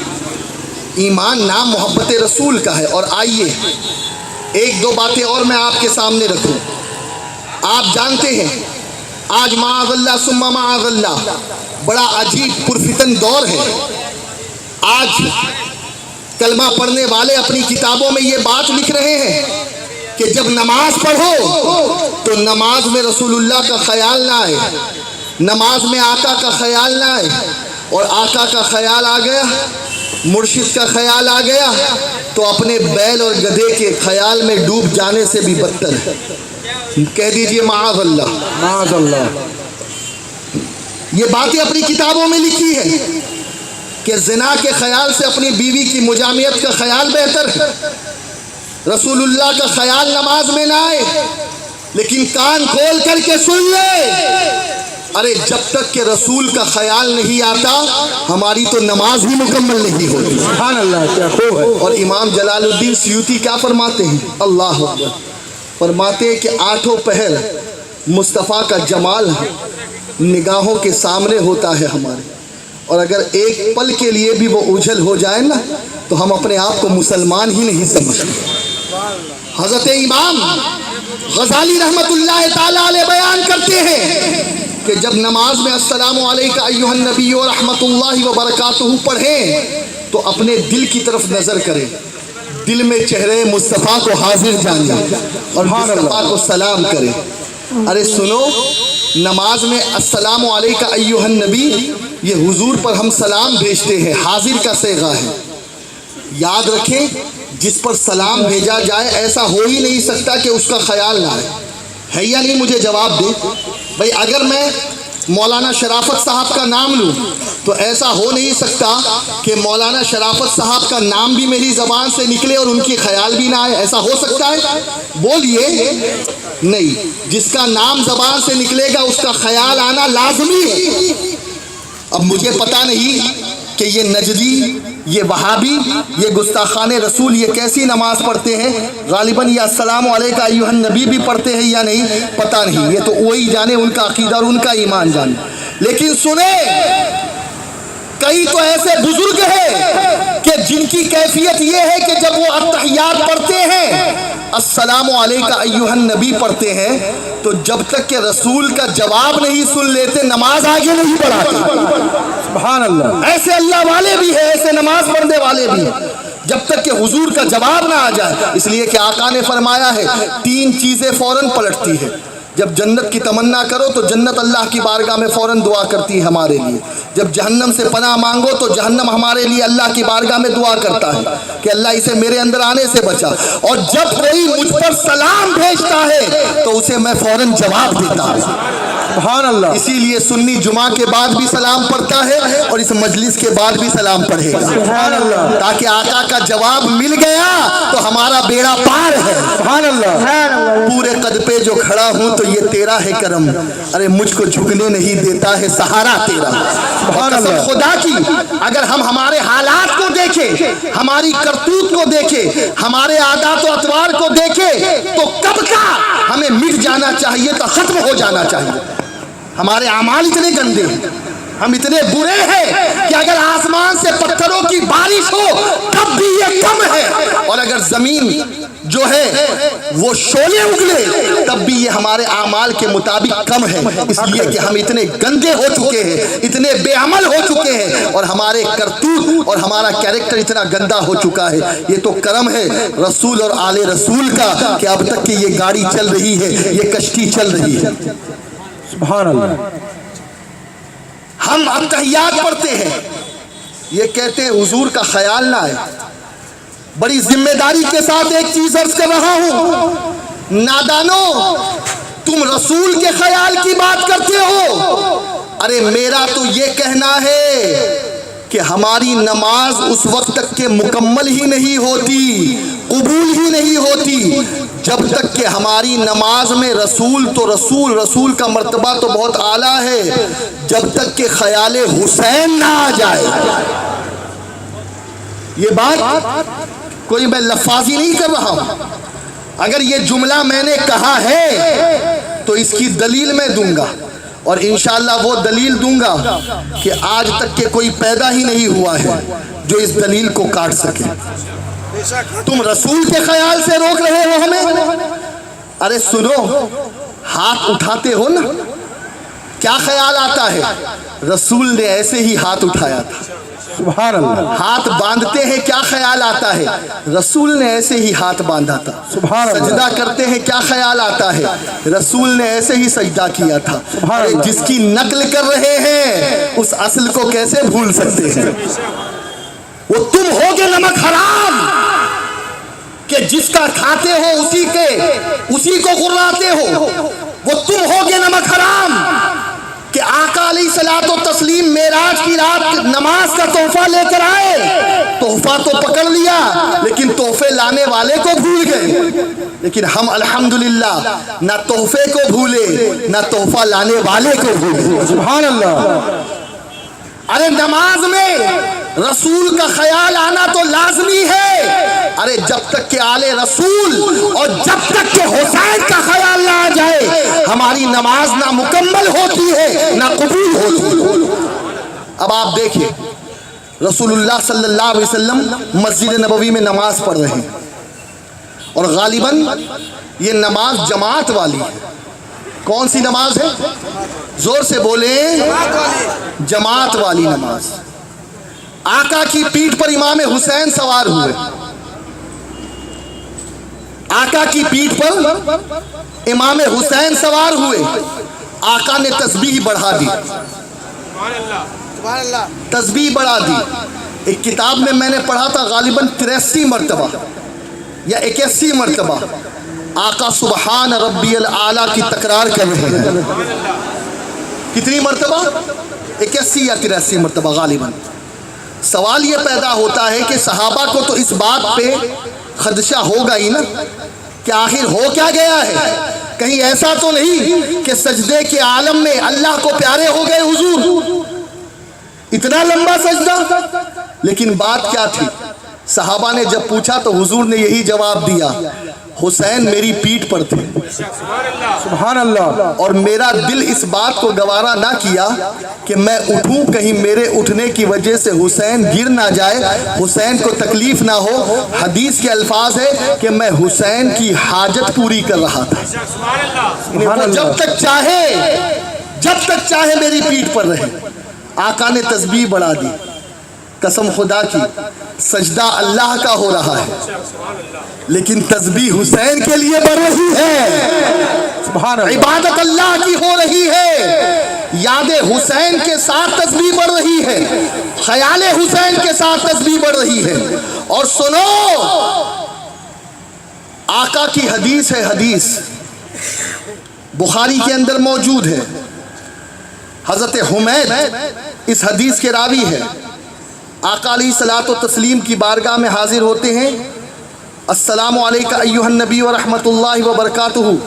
یہ التحیات میں آتا ہے. صحابہ کو حضور نے التحیات سکھا دی. حضرت قتادہ کہتے ہیں آقا نے ہمیں التحیات ایسے سکھائی جیسے قرآن کی آیت کوئی کسی کو سکھاتا ہو. التحیات آقا نے سکھا دی. اور سنیے، میں کہتا ہوں عوام کو گمراہ کرنا بند کرو. یا نبی سلام علیک پڑھنے والوں پر شرک کے فتوے لگانا بند کرو. اگر ہم جمعہ کی نماز کے بعد یا نبی سلام علیک پڑھنے کی وجہ سے مشرک ہوتے ہیں تو تم بھی نماز کے اندر السلام علیکم ایھا النبی کہنے کی وجہ سے مشرک ہوتے ہیں. اس لیے کہ دونوں میں کوئی فرق نہیں. وہی جملہ ہے، وہی صیغہ ہے اور وہی حاضر کا صیغہ جو صحابہ پڑھتے تھے الحمدللہ ہم بھی وہی پڑھتے ہیں. سبحان اللہ. کوئی فرق نہیں. اور اگر تم سے ہو سکے نا، تمہارے نزدیک تو یہ عقیدہ شرک ہے نا، نبی کو حاضر ماننا شرک ہے نا، تو جاؤ دیوبند سے کوئی فتویٰ جاری کر دو، ندوہ سے کوئی فتویٰ جاری کر دو، مکے یا مدینے سے یا نجد سے یا ریاض سے کوئی فتویٰ جاری کر دو اور کہو آج کے بعد السلام علیکہ نہیں پڑھیں گے بلکہ علیہ ہی پڑھیں گے. کر سکتے ہو بولو. نہیں نا تو ماننا پڑے گا کہ جو عقیدہ اہل سنت ہے وہی عقیدہ حق ہے اور تم گمراہی میں ہو. آ جاؤ جو عقیدہ ہمیں نماز دے رہا ہے، اسی عقیدے میں داخل ہو جاؤ۔ سبحان اللہ۔ لوگوں کو بند کرو گمراہ کرنا، بند کرو لوگوں کے عقیدے پر ڈاکے ڈالنا۔ اور سنو، بات یہیں پر ختم نہیں ہوتی۔ حضرت حمیدی کہتے ہیں کہ ہم آقا کی بارگاہ میں پہنچے، عرض کی حضور آپ نے ہمیں سلام تو سکھا دیا، حکم دو ہے نماز میں۔ قرآن میں اللہ نے فرمایا یصلون علی النبی یا ایھا الذین آمنوا صلوا علیہ وسلموا، اے ایمان والو درود بھیجو اور خوب خوب سلام بھیجو۔ درود کے لیے تاکید نہیں، لیکن سلام کے لیے تاکید ہے، مفعول مطلق تنوین کے ساتھ جو تعظیم کا معنی پیدا کرے۔ اب سنیے آپ، سلام کے لیے تاکید ہو رہی ہے، درود کے لیے تاکید نہیں۔ آقا کی بارگاہ میں صحابہ نے کہا سلام پہلے سیکھا ہے، درود بعد میں سیکھا ہے۔ آقا سے کہا حضور آپ کی بارگاہ میں سلام کیسے پڑھتے ہیں ہم جان چکے، درود سلام کیسے پڑھتے ہیں کیف نسلم نعلم، ہم جان چکے کہ ہم آپ پر درود کیسے سلام کیسے پڑھیں، لیکن آقا آپ پر درود کیسے پڑھیں یہ سکھا دے۔ سبحان اللہ۔ کیا سکھا دے آقا آپ پر؟ درود کیسے پڑھے۔ اٹھاؤ کتابیں۔ آقا نے فرمایا سنو، اچھا میں ایک سوال آپ سے کرتا ہوں، ہے نا، میں اگر آپ سے ایک مخاطب ہوں، بھائی آپ کیسے ہیں، اور آپ اگر مجھ کو جواب میں یہ کہے کہ بھائی میں بھی اچھا ہوں میرا بیٹا بھی اچھا ہے، تو کیا آپ نے جواب درست دیا؟ کیونکہ میں نے خیریت آپ کی پوچھی تھی، آپ کے بیٹے کی، آپ کے صاحبزادے کی نہیں پوچھی تھی۔ آقا سے صحابہ پوچھے حضور ہم آپ پر سلام پڑھنا جان چکے، آپ پر درود کیسے پڑھے؟ تو آقا فرماتے ہیں یوں کہو اللہم صلی علی محمد وعلی آل محمد۔ سبحان اللہ۔ مجھ پر درود پڑھنا ہے تو یوں کہو کہ اے اللہ رحمت نازل فرما، صلوات نازل فرما محمد پر اور آل محمد پر۔ سبحان اللہ۔ ہم سوال حضور سے کر رہے ہیں، جواب میں حضور دونوں کو شامل کر رہے ہیں کہ مجھ پر بھی درود بھیجو اور میری۔ اچھا آقا کوئی آپ پر درود بھیجے آپ کی آل پر درود نہ بھیجے تو کیا ہوگا؟ حدیث پاک میں آقا فرماتے ہیں صلی اللہ علیہ وسلم، حضور فرماتے لا تقبل منہ، اللہ اس کی وہ نماز قبول ہی نہیں کرے گا جس نماز میں آل محمد کی یاد نہ ہو، آل محمد پہ درود نہ ہو۔ سبحان اللہ۔ اور ایک روایت میں ہے حضرت ابو مسعود انصاری کی کہ آقا نے فرمایا کہ اللہ رب العزت جل شانہ وہ نماز مکمل ہی نہیں سمجھتا۔ آپ نے الحمد شریف پڑھ لی، رکوع کی تسبیح پڑھ لی، سجدے کی تسبیح پڑھ لی، سب کر لیا، آپ نے سجدہ کر لیا، لیکن صرف آپ نے ایک چیز چھوڑی۔ وہ کیا چھوڑی؟ نبی اور آل نبی پہ درود، نبی اور آل نبی پر درود۔ تو حدیث میں آقا نے فرما دیا تمہاری نماز قبول نہیں۔ پتہ چلا نماز قبول ہی اس وقت ہوتی ہے جب خیال رسول کے ساتھ خیال آل رسول آ جائے۔ سبحان اللہ۔ اچھا یہ تو حدیث کی بات ہو گئی، میں اب آپ کو نماز رسول کے حوالے سے بتائیں ہمیں نماز کیسی پڑھنی ہے، آپ یہ بتائیں۔ امام صاحب جیسی پڑھتے ہیں ویسی پڑھنی ہے، یا کوئی عام آدمی پڑھتا ہے ویسی پڑھنی ہے، یا رسول نے جیسی پڑھی؟ صلو کما رأیتمونی اصلی، آقا فرماتے ہیں نماز ایسی پڑھو جیسے مجھے پڑھتا دیکھتے ہو۔ کیسے نماز پڑھنی ہے بولو بھائی؟ یہ بوریا بستر اٹھانے والوں کی طرح نہیں کہ پیجامے اوپر کر لو اور نماز پڑھنا شروع کر دو، نہیں نہیں نہیں۔ آقا نے فرمایا نماز ایسے پڑھو جیسے مجھے پڑھتا دیکھتے ہو۔ صحابہ نے جب حضور کو نماز پڑھتا دیکھا نا تو نماز میں حضور کی پیٹھ پر حسین کو دیکھا اور نماز رسول میں خیال حسین کو دیکھا۔ سبحان اللہ۔ یہاں سے یہ بات پتہ چلی کہ نماز بھی دو قسم کی ہے، ایک تو شیطان کی نماز ہے، ایک رسول کی نماز ہے۔ یہ مت سمجھیے کہ شیطان نماز نہیں پڑھتا یا شیطان سجدے نہیں کرتا۔ یہ بات بڑی مشہور ہے کہ اگر شیطان نے جتنے سجدے کیے ہیں نا، اگر اسے روئے زمین پر بچھا دی جائے تو یہ زمین تنگ ہو جائے، چپے چپے پہ اس کے سجدے آ جائے.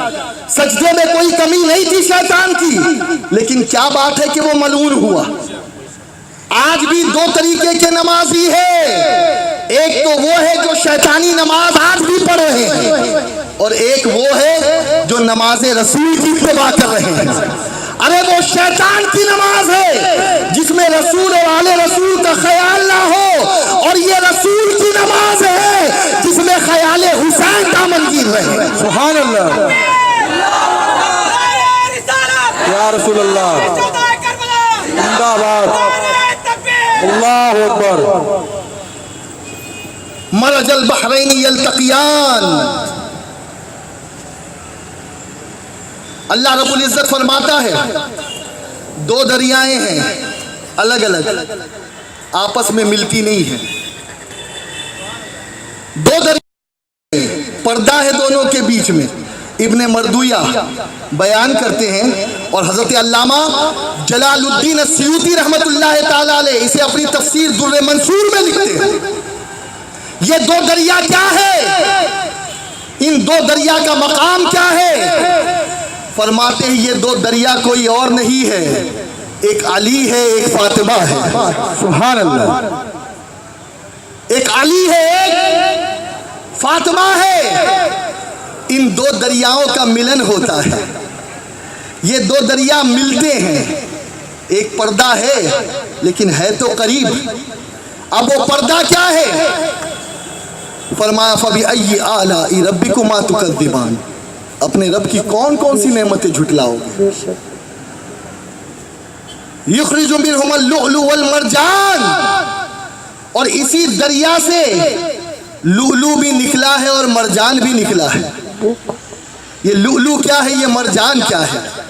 تو سنیے, آقا کائنات صلی اللہ علیہ وسلم نے ارشاد فرمایا علی کہاں ہے, علی کو بلایا جائے. علی کو بلایا گیا. آقا نے فرمایا اے علی, ابھی جبریل میرے پاس آئے تھے اور اللہ رب العزت جل شانہ نے یہ پیغام بھیجا ہے کہ اللہ نے عرش پر فاطمہ اور علی کا نکاح کر دیا ہے. سبحان اللہ. اللہ کہہ دیجئے, سبحان اللہ. ہاتھوں کو اٹھا کر یا علی کہہ دیجئے. یا علی. ارے سنو, یہ کوئی ایسے نہیں ہے کہ جن کی محبت, جن کی عقیدت کو ہم کوئی آپشنل یا معمولی سمجھے, نہیں. ارے ان کی شان یہ ہے ہمارا اور تمہارا نکاح زمین پر ہوتا ہے. یہ وہ عرش اور قدسی صفات لوگ موجود ہیں کہ جن کا نکاح اللہ عرش پر فرما رہا ہے. سبحان اللہ. نعرہ تکبیر, نعرہ رسالت, یا رسول اللہ, شہداء کربلا, نعرہ تکبیر, نعرہ رسالت. بیت المعمور پر منبر لگایا گیا. اللہ نے حکم دیا جبریل اس منبر پر چڑھ جاؤ اور علی و فاطمہ کے نکاح کا خطبہ پڑھو. سبحان اللہ. بہت خوب. سبحان اللہ. اللہ نے ان کا نکاح عرش پر کروایا. کہا باراتی, اللہ نے سارے فرشتوں کو باراتی کے طور پر بلایا. سبحان اللہ. جنت سجائی گئی, موتی جواہرات لٹائے گئے, اور ایسے لٹائے گئے کہ قیامت تک لوٹنے والے لوٹتے رہیں گے. آقا اب اللہ حکم دیتا ہے کہ علی اور فاطمہ کا نکاح کر دو. کئی لوگ آئے فاطمہ کے پیغام کو لے کر, فاطمہ کے لیے پیغام لے کر. آقا نے ابو بکر کو بھی منع کیا, عمر کو بھی, اور بھی کئیوں کو منع کیا. لیکن علی وہ ہے کہ جنہیں آقا علیہ الصلوۃ والتسلیم نے اللہ کے کہنے پر بلایا, سبحان اللہ. نکاح پڑھایا. کہا علی کیا ہے؟ کہا اونٹ ہے, زرہ بختر ہے, گھوڑا ہے, تلوار ہے. کہا سب کو رکھو, یہ جو زرہ بختر ہے اسے بیچ کر کے فاطمہ کا مہر ادا کر دو. سبحان اللہ. اب نکاح ہو گیا. آقا نے فرمایا خبردار, مجھ سے ملے بغیر کوئی عمل نہ کرنا, رات میں پہلے مجھ سے ملنا. آقا کی خدمت میں یہ حاضر ہیں. آقا نے ان دونوں کو دعاؤں سے نوازا. سبحان اللہ. پانی لیا, وضو کیا, پانی چھڑکا, دعا فرمائی اے اللہ ان کی نسل میں برکت عطا فرما. سبحان اللہ. دعا فرمائی اے اللہ انہیں اور ان کی نسل کو شیطان کے اثر سے محفوظ فرما۔ سبحان اللہ۔ آقا نے دعا فرمائی، اللہ اکبر کبیرہ۔ اب سوتے ہیں، اللہ کی شان، امام حسن کی ولادت ہوتی ہے جب اللہ چاہتا ہے۔ آقا کی بارگاہ میں آئے، علی کیا نام رکھا؟ کہا حسن۔ کہا حرب؟ کہا حرب نہیں حسن نام رکھو۔ سبحان اللہ۔ سر کے بال منڈوائے، نام رکھا، چاندی اس بالوں کے وزن کے بدلے خیرات کی۔ 6 مہینے بعد امام حسین کی ولادت ہوتی ہے۔ آئے علی، آقا ولادت ہوئی ہے، کیا نام رکھا؟ حرب۔ کہا یہ کیسا نام ہے؟ کہا نام رکھو حسین۔ سبحان اللہ۔ آقا فرماتے میں نے اپنے ان 2 بچوں کا نام ہارون کے بچوں کے نام پر شبر و شبیر حسن و حسین رکھا، سبحان اللہ۔ اور اس سے پہلے یہ نام کسی کو نہ ملے۔ سبحان اللہ۔ اب دونوں کی ولادت ہوئی، دونوں کی پرورش حضور خود کر رہے ہیں، سبحان اللہ۔ سنوار رہے ہیں۔ کانوں میں اذان دی امام حسین کے، کانوں میں اذان دی حضور نے، گھٹی دی حضور نے۔ اور اب یہ اذان کیوں دی؟ اللہ اکبر۔ پیدا ہوئے یہ دونوں، اب ان کی ولادت کیوں ہوئی؟ کیوں انہیں اللہ نے تخلیق کیا؟ تو سنو، انعم اللہ علیہم من النبیین والصدیقین والشہداء والصالحین، اللہ کا انعام نبیوں پر، صدیقوں پر، شہداء پر اور صالحین پر ہے۔ یہ چاروں چیزیں اللہ کا انعام ہے۔ حضور نبی ہیں، حضور صدیق ہیں، حضور صالح ہے، لیکن حضور شہید نہیں ہوئے بظاہر۔ آقا علیہ الصلوۃ والتسلیم کو مرتبہ شہادت دینا تھا، تو اللہ رب العزت جل شانہ نے آقا کی شہادت کے لیے جن جسموں کا انتخاب کیا وہ تھے کہ جو حضور کے نواسے تھے۔ سبحان اللہ۔ اور حدیث ترمذی کی کہ امام حسن سر سے لے کے سینے تک اور امام حسین سینے سے لے کر پیر تک حضور کے جیسے لگتے تھے۔ سبحان اللہ۔ امام حسن کی شہادت ہوئی، امام حسین کی شہادت ہوئی۔ امام حسن کی شہادت زہر دے کر ہوئی، اور حسین کی شہادت کیسے ہوئی؟ کربلا کے اندر، کربلا کے اندر شہید کیا گیا۔ امام حسین کو اللہ رب العزت جل شانہ نے فرمایا یخرج منہم اللؤلؤ والمرجان، کہ اس میں سے 2 چیزیں نکلی، ایک تو موتی اور ایک مرجان۔ موتی کے اندر جو رنگت ہوتی ہے وہ سبز ہوتی ہے، اس سے مراد امام حسن ہے۔ مرجان کون ہے؟ اس سے مراد امام حسین ہے۔ اور اللہ رب العزت نے پھر فرمایا فَبِأَيِّ آلَاءِ رَبِّكُمَا تُكَذِّبَانِ، اپنے رب کی کون کون سی نعمتوں کو جھٹلاؤ گے؟ اور سنو، یہ کربلا میں جو کچھ ہوا یہ کیوں ہوا؟ دراصل ایک پیغام تھا، ایک میسج تھا ان یزیدیوں کے لیے۔ یزید کی ایک بات ابھی میں نے آپ کو بتائی ہے، ایک بات۔ کون سی بات؟ کہ یزید نے یہ کہا کہ میں نے اپنے اجداد کا بدلہ لے لیا، لیکن صرف یہ ایک بات نہیں ہے، بلکہ یہ یزید اتنا بدبخت ہے کہ مکے پہ بھی اس نے چڑھائی کی، مدینے میں بھی اس نے چڑھائی کی، 700 صحابہ کو اس نے شہید کیا، 10,000 لوگوں کو مدینے کے شہید قتل کروایا، اس نے شہید کروایا۔ اور معاذ اللہ 3 دن تک کے مدینے کی عورتوں کو یزید نے اپنے لشکریوں کے لیے حلال کر دیا، معاذ اللہ۔ حرم نبوی میں وہ جگہ جسے جنت کی کیاری کہا جاتا ہے، وہاں پر یزید نے اپنے گھوڑے بندھوائے۔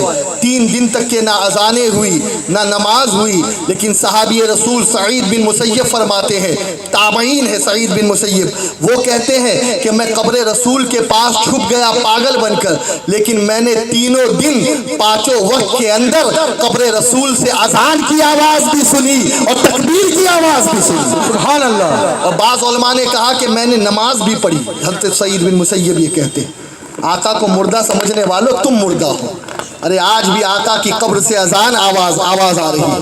سبحان اللہ۔ اور سنیں، میرے آقا علیہ الصلوۃ والتسلیم کے شہزادوں کے ساتھ اس نے جو کچھ کیا وہ اپنی جگہ، لیکن سنو، اس مردود نے آل نبی کی توہین کی، آل نبی کی بے حرمتی کی، اور حضرت عبداللہ ابن حنظلہ رضی اللہ تعالیٰ عنہ بیان کرتے ہیں کہ آقا کریم صلی اللہ تبارک و تعالیٰ علیہ وسلم کی شریعت کو اس نے ایسا پامال کیا کہ اس کے دور میں مسجدیں خالی ہو گئی، اس کے دور میں شراب کے اڈے بھرنے لگے، وہاں پر لوگوں کا مجمع ہونے لگا، ناچ گانے رقص و سرور کی محفلیں سجنے لگی، رقاصاؤں کے ناچ عام ہونے لگے، سود عام ہونے لگا، اور اتنا ہی نہیں معاذ اللہ ثم معاذ اللہ کہ اتنا شریعت کو اس نے بگاڑا کہ لوگ اپنی بہن کے ساتھ نکاح کرنے کو جائز سمجھنے لگے،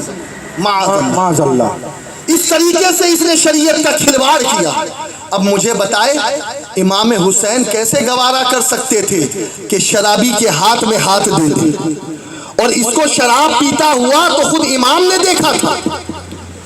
ابن اسیر اپنے کامل میں بیان کرتے، اپنی تاریخ الکامل میں، کہ ایک مرتبہ یزید مدینے آیا تھا اور امام حسین اس سے ملنے کے لیے جب گئے تھے تو یزید کے سامنے شراب رکھا ہوا تھا۔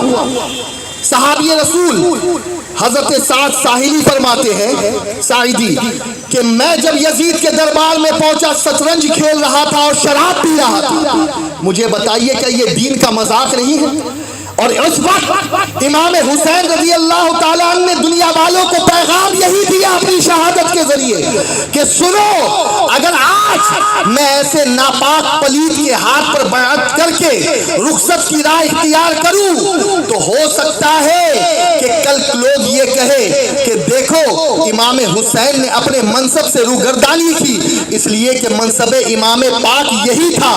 امام حسین امام وقت تھے، قائد وقت تھے، اور یہ بتانا چاہ رہے تھے کہ اس وقت شریعت کو بچانے کا سب سے بڑا ذمہ کسی کا ہے تو وہ کسی باہر والے کا نہیں بلکہ گھر والے کا ہے۔ سبحان اللہ، نعرہ تکبیر، نعرہ رسالت، اور شہدائے کربلا، نعرہ تکبیر۔ اور آقا نے یہی تو فرمایا، حسین منی، حسین مجھ سے ہے، حسین سبحان اللہ مجھ سے ہے، وہ انا من حسین، اور میں حسین سے ہوں۔ سبحان اللہ۔ دو چیزیں ہیں سمجھیے، ایک ہے حسین مجھ سے ہے، یہ بات سمجھ میں آتی ہے سب کی، آتی ہے نا؟ سبحان اللہ۔ اس لیے کہ نانا سے نواسا ہوتا ہے یا نہیں؟ بولیے، نانا سے نواسا ہوتا ہے، لیکن میں حسین سے ہوں۔ کبھی نواسے سے نانا ہوتا ہے؟ بولیے نا، نہیں، یہ بات سمجھ میں نہیں آتی۔ اگر اس بات کو سمجھنا ہے تو یوں سمجھے کہ آقا یہ فرما رہے ہیں کہ فاطمہ کی گود سے لے کر کربلا تک حسین مجھ سے ہے۔ سبحان اللہ۔ فاطمہ کی گود سے لے کر کربلا تک حسین مجھ سے ہے، اور کربلا سے لے کر قیامت تک کہ میں حسین سے ہوں۔ سبحان اللہ، سبحان اللہ، بہت خوب۔ سبحان اگر اللہ۔ آج میرا حسین قربانی نہ دیتا، خدا کی قسم آج دین اپنی اصلی حالت میں نہ ہوتا۔ سبحان اللہ۔ آج حسین قربانی نہ دیتے تو آج شراب عام نظر آتی، آج حسین قربانی نہ دیتے تو بے پردگی عام ہوتی، سود عام ہوتا، زنا عام ہوتا، عیاشیوں کے اڈے آباد ہوتے۔ لیکن آج یہ مسجدیں نظر آ رہی ہے تو یہ صدقہ حسین کا ہے۔ سبحان اللہ، بہت خوب۔ آج اذانیں ہو رہی ہے تو یہ صدقہ شہادت حسین کا ہے۔ آج اگر ہم سانس لے رہے ہیں اور نانا کے دین کا کلمہ پڑھ رہے ہیں ان کے، تو یہ صرف اور صرف صدقہ میرے حسین کا ہے۔ سبحان اللہ۔ اگر حسین نے قربانی نہ دی ہوتی تو دوستو یہ دن آج ہمیں دیکھنے نہ ملتے۔ لیکن سنو، آخر میں آپ کو یہ پیغام دینا چاہ رہا ہوں، صرف اور صرف حسین کی مجلس منعقد کر کے یہ مت سمجھ لینا کہ ہم نے حسین کی شہادت کے تقاضوں کو پورا کر دیا۔ کیا ہم نے اتنی سستی شہادت سمجھ لی ہے امام حسین کی؟ کیا خون حسین اتنا سستا آپ نے سمجھ لیا ہے، ہم نے سمجھ لیا ہے کہ بس 10 دن محفل سجا لو، شربت بنا لو، حلیم بنا لو، کھچڑا بنا لو، اور بس اس کے علاوہ کوئی اور مقصد نہیں ہے؟ نہیں، بلکہ خدا کی قسم جس نے حسین کی شہادت کو سمجھا ہے وہ یزید پہ لعنت بھی بھیجتا ہے اور یزید کے کاموں پہ بھی لعنت بھیجتا نظر آتا ہے۔ سبحان اللہ۔ ہم اس وقت تک کے سچے حسینی نہیں بن سکتے جب تک کہ ہمیں یزید سے نفرت نہ ہو، جب تک کہ یزید پر ہم لعنت نہ بھیجیں۔ کون ہے اس مجمع میں؟ کتنے لوگ ہیں اس مجمع میں جو یزید پر لعنت بھیجنے کے لیے تیار ہے؟ ذرا ہاتھوں کو اٹھائیں۔ اللہ آپ کو خوش رکھے اور قیامت کے دن حسین کے پرچم کا سایہ آپ کو بھی عطا فرمائے اور آپ کے صدقے میں مجھے بھی عطا فرمائے۔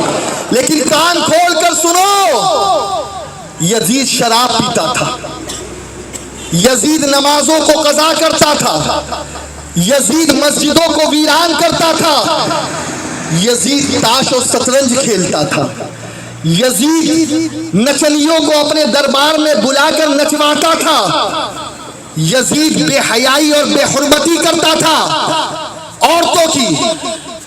یاد رکھے جب تک کہ یہ کردار ہمارے اندر سے نہ نکل جائے اور جب تک کہ ہم باحیا نہ بن جائے، جب تک کہ ہم نمازی نہ بن جائے، جب تک کہ ہم باغیرت نہ بن جائے، جب تک کہ ہم جھوٹ، شراب، جوئے اور بد حیائی سے، بے حیائی سے نفرت کرنے والے نہ بن جائے، اس وقت تک کہ ہم نے حسین کے مشن کو سمجھا ہی نہیں۔ سبحان اللہ۔ میں نے شروع ہی میں ایک جملہ دیا تھا آپ کو، اگر یاد ہو آپ کو، کہ حسین نے جنگ چھیڑی ہے یزیدیت کے خلاف، جنگ ختم نہیں ہوئی ہے، جنگ جاری ہے اور قیامت تک کے چلتی رہے گی۔ آپ کے پاس اختیار ہے۔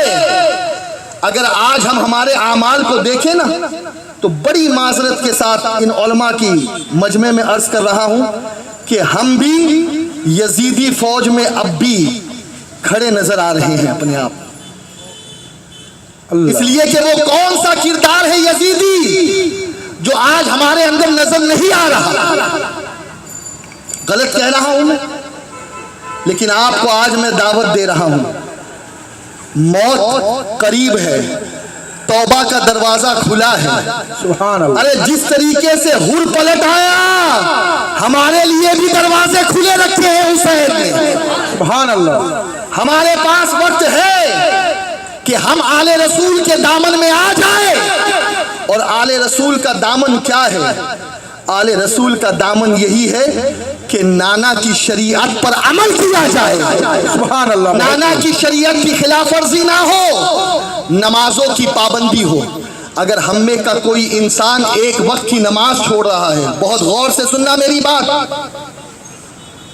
یہ جتنے لوگ یہاں بیٹھے ہیں کان کھول کر سننا، اگر ہم میں کا کوئی شخص ایک وقت کی نماز بھی جان بوجھ کر قضا کر رہا ہے اور اپنے آپ کو حسینی کہہ رہا ہے تو وہ اپنی حسینیت میں سچا نہیں ہے۔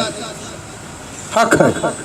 وہ اپنی حسینیت میں سچا نہیں ہے، وہ حسینی نہیں ہے، اس لیے کہ وہ ابھی بھی نمازوں کا تارک ہے، اس کا عمل یزیدی عمل ہے۔ لیکن جب آپ اس سے توبہ کر کے پنج وقتہ نمازی بن جاؤ گے، خدا کی قسم حسین تمہیں اپنے لشکر میں شامل کر لے گا۔ سبحان اللہ۔ آج توبہ کر لو، یہ اتنا بڑا مجمع ہے یہاں پر، اور توبہ ایسی کرو کہ اب حسین کے مشن کو عام کرنے کے لیے تیار ہو جاؤ، آج کربلا کو بچانے کے لیے تیار ہو جاؤ، آج حضرت امام حسین کے روضے کی حفاظت کے لیے تیار ہو جاؤ، غوث اعظم کی تربت کی حفاظت کے لیے تیار ہو جاؤ۔ اپنے عمل کے ذریعے سے، اپنے اعمال کے ذریعے سے اپنے بچوں کو گھٹی میں محبت رسول اور آل رسول پلاؤ، اور آقا نے 3 چیزیں بتائی ہیں، ادبوا اولادکم علی ثلاث خصال، کہ اپنی اولاد کی گھٹی میں 3 باتیں ان کی گھٹی میں پلاؤ۔ کتنی باتیں؟ ذرا بآواز بلند کہہ دیجئے، کتنی باتیں؟ 3 باتیں۔ آج یہ پیغام لے کر کے یہاں سے جانا اور جب یہ تین باتیں ہمارے اندر آ جائے گی خدا کی قسم دامن حسین ہمیں مل جائے گا. سبحان اللہ. بہت خوب. سبحان اللہ. نمبر ایک آقا فرماتے ہیں ادبوا اولادکم علی ثلاث خصال حب نبیکم، اپنے نبی کی محبت اپنے بچوں کے دل میں پیدا کرو. سبحان اللہ. ایک زمانہ تھا مائیں دودھ بھی پلاتی تھی، آقا کی عظمتیں بھی بیان کرتی تھی. آقا وہ ہے جنہوں نے اس چاند کے دو ٹکڑے کیے. سبحان اللہ. بچے کے دل میں آقا کی محبت پیدا ہو گئی. سبحان اللہ. آج کی مائیں ٹی وی اور سیریل دیکھ کر یہ سمجھتی ہے دودھ پلا کر کے میرا بچہ جو ہے وہ عاشق رسول بن جائے گا. ایسا نہیں ہو سکتا.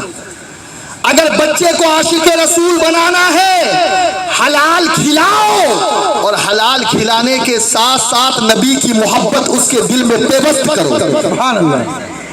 اسے نبی کے معجزات بتاؤ، نبی کی عظمتیں بتاؤ. اور خدا کی قسم جب سے ہم نے یہ چیزیں چھوڑ دی نا تو آج ایمان کے لٹیرے کبھی اسکول سے ہمارے بچوں کو ہائی جیک کر رہے ہیں، کبھی کالج اور یونیورسٹی سے ہمارے بچے کو ہائی جیک کر رہے ہیں.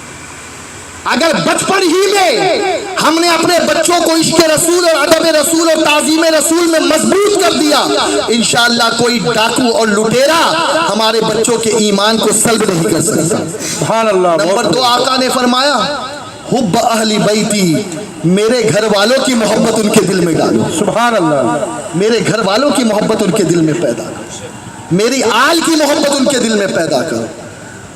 بتاؤ کہ آقا نے اس آل کے بارے میں بتایا ہے کہ میری اہل بیت نوح کے سفینے، نوح کی کشتی کی طرح ہے کہ جو اس میں سوار ہو گیا وہ پار ہو گیا اور جو اس میں سوار نہ ہوا وہ ہلاک ہو گیا.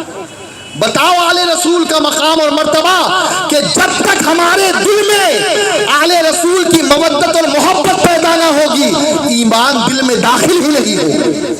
اور تیسری چیز میرے آقا نے فرمائی وہ قراءت القرآن، اپنے بچوں کے دل میں قرآن کی محبت، تلاوت کی محبت پیدا کرو.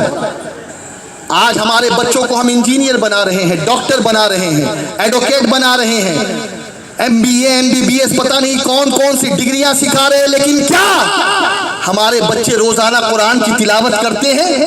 ارے حسین اعظم نے تو قرآن کی تلاوت کا وہ حق ادا کیا کہ کربلا کے میدان میں بھی قرآن پڑھا، اور جب نو کے نیزہ پر سر حسین تھا اس وقت بھی سورہ یاسین کی تلاوت کر رہا تھا. سبحان اللہ. آج ہم جیتے جی زندگی میں قرآن نہیں پڑھتے. اللہ اکبر. یاد رکھے حسین کی سچی محبت یہی ہے کہ نمازوں کی پابندی کے ساتھ ساتھ ہمارے بچے قرآن کی تلاوت کرنے والے بن جائیں. اور اخیر میں بس 2 واقعات پیش کر کے اپنی گفتگو کو میں ختم کروں. کربلا میں جو کچھ ہوا وہ آپ نے اپنی نگاہوں کے سامنے دیکھا. امام کا آخری سجدہ، اللہ کرے کہ اس سجدے کا صدقہ ہمیں نصیب ہو جائے. آمین. اور یہاں جتنی پیشانیاں ہیں ان پیشانیوں میں اللہ سجدے کی صحیح تڑپ عطا فرما دے، صحیح محبت عطا فرما دے. آمین. وہی سجدہ تو سید سجاد نے دیکھا تھا کہ کربلا سے لوٹنے کے بعد 5 وقت کی نمازوں کے ساتھ ساتھ روزانہ 1000 نفل نماز امام زین العابدین پڑھتے تھے. اور آج ہماری محبت کا دعویٰ کر رہے ہیں، فرض ہم چھوڑتے نظر آ رہے ہیں. آقا نے کسی کے کان میں اذان نہ دی، صرف اذان دی تو حسین کے کان میں دی. سبحان اللہ. کہہ دو نا سبحان اللہ. حسین کے کان میں. ایک جنگ کے موقع پہ صحابہ کے مجمع میں دی تھی اذان، لیکن اور آقا نے کبھی مسجد نبوی یا مسجد حرام میں اذان نہیں دی. حسین کے کان میں اذان دی. آقا کیا بات ہے، آپ نے حسین کے کان میں اذان کیوں دی؟ آقا فرمائیں گے سنو، میرا بیٹا اس اذان کی لاج ایسے رکھے گا کہ زخموں سے چور ہونے کے باوجود بھی کربلا میں سجدہ کر کے اس اذان کا حق ادا کرتا نظر آئے گا. سبحان اللہ. امام حسین کو جب شہید کر دیا گیا اور شہید ہونے کے بعد ان کے قافلے کو لے کر کے جب دمشق کی طرف لے جایا گیا، 2 واقعات صرف عرض کروں گا میں آپ کے سامنے. اس سر مبارک کو نیزے پر آگے آگے لکھ کر کے یزیدی لشکر چل رہا تھا. زین العابدین رضی اللہ تعالیٰ عنہ حضرت زینب، ام رباب، حضرت کلثوم، حضرت فاطمہ، سکینہ، ان سب کو قیدی بنا کر کے ایک پالکی کے اندر لے جایا جا رہا تھا۔ راستے میں ایک جگہ یزیدی لشکر نے پڑاؤ کیا۔ جب پڑاؤ کیا پانی ختم ہو گیا تھا، خیمے تنوائے، دوپہر کا وقت تھا، ریتیلی سرزمین ہے، خیمے تن گئے۔ اہل بیت کی مقدس خواتین کو یزیدیوں نے دھوپ میں چھوڑ دیا اور خود خیمے کے اندر آرام کرنے لگے۔ جب پانی آیا تو وہ لوگ چل پڑے۔ سیدہ سکینہ رضی اللہ تعالی عنہا چھوٹی سی تھی، دھوپ کی تاب نہ لا سکی اور سائے کی تلاش میں دور نکل گئی، کسی چھوٹے سے پیڑ کے نیچے سو گئی، رہ گئی۔ قافلہ آگے چل پڑا۔ کچھ دور، کچھ منزلوں پر جب یہ قافلہ پہنچا تو اچانک جس آدمی کے ہاتھ میں امام حسین کا سر اقدس تھا، جس نیزے پر، وہ نیزہ زمین میں گڑ گیا۔ نیزہ زمین میں گڑ گیا۔ وہ حیران، نکالنے کی کوشش کر رہا ہے جس پر سر حسین ہے، وہ نیزہ نہیں نکل رہا۔ یزیدی پریشان ہو گئے، اپنے امیر کو بلایا۔ امیر نے کوشش کی لیکن وہ نیزہ نکلنے کا نام نہیں لے رہا۔ اللہ اکبر۔ زین العابدین کے پاس پہنچے یزیدی سپاہی، کہا تمہارے ابا جان کا سر انور آگے نہیں بڑھ رہا، معاملہ سمجھ میں نہیں آ رہا، کیا بات ہو گئی، کیا مسئلہ ہے؟ حضرت امام زین العابدین سمجھ گئے کوئی بات ضرور ہے۔ اپنی پھوپھی سیدہ زینب رضی اللہ تعالی عنہا کی بارگاہ میں گئے، سلام اللہ علیہا، اور عرض کی پھوپھی جان، بابا کا سر آگے نہیں بڑھ رہا ہے، ابا حضور کا سر آگے نہیں بڑھ رہا ہے، کیا ماجرا ہے؟ حضرت زینب فوراً سمجھ گئی کوئی بات ضرور ہے۔ حضرت زینب نے لوگوں کی حاضری لینا شروع کی، اہل بیت نبوت کے جو بچے ہوئے افراد تھے جنہیں قیدی کر کے لے جایا جا رہا تھا، قیدی بنا کر لے جایا جا رہا تھا، ان کی حاضری لی۔ ام رباب لبیک، شہر بانو لبیک، فاطمہ لبیک، اور بھی کئیوں کے نام لیے، لیکن جب سکینہ کا نام لیا تو کوئی آواز نہ آئی۔ حضرت زینب تڑپ اٹھی، کہا میں کیا جواب دوں گی مدینے والوں کو؟ سکینہ کہاں چھوٹ گئی؟ پریشانی کی حالت میں روتے روتے قافلہ جہاں سے آیا تھا، قافلے کے نشان قدم کو دیکھتے دیکھتے سکینہ رات کے عالم میں اسی طرف بڑھنے لگی۔ حضرت زینب اسی طرف بڑھنے لگی سکینہ کو ڈھونڈنے کے لیے۔ بھاگتے بھاگتے بھاگتے بھاگتے اس منزل پر پہنچی جہاں پر قافلہ رکا تھا، ہانپ رہی تھی۔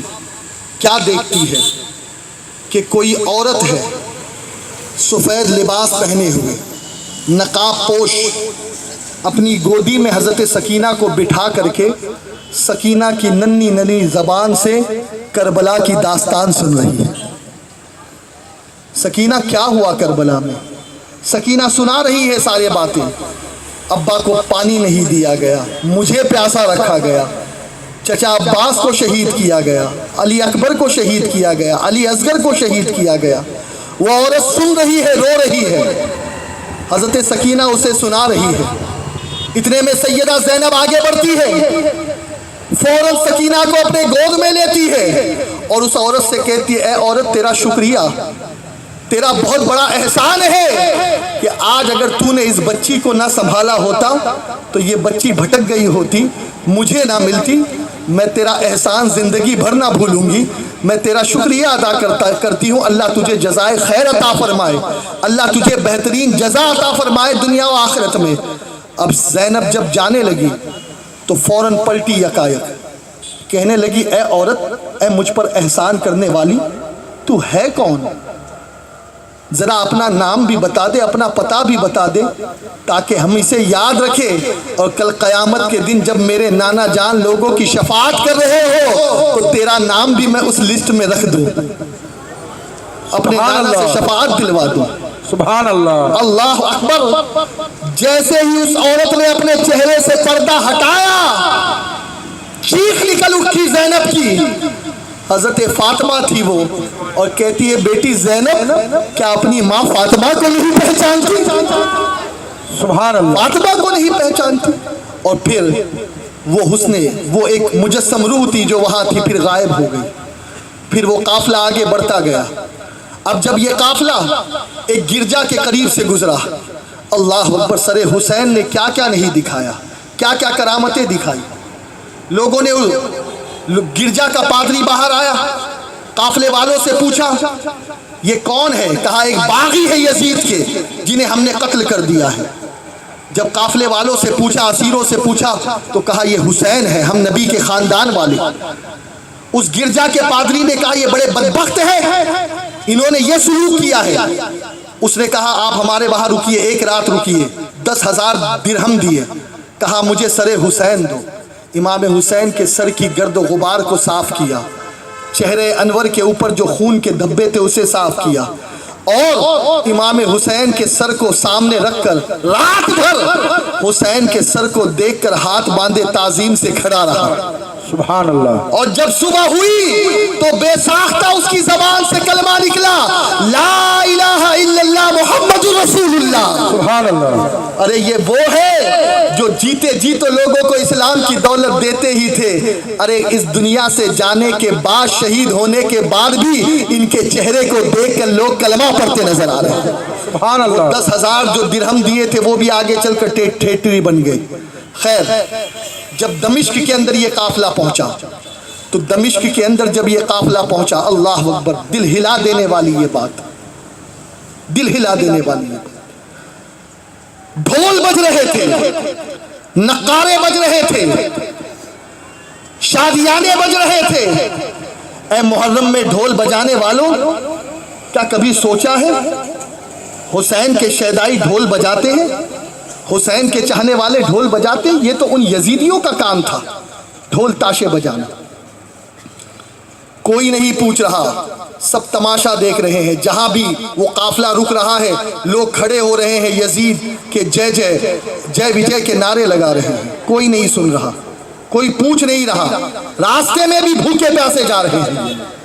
اللہ اکبر، سب نے تماشا بنا لیا، ان لوگوں کھلونا بنا لیا۔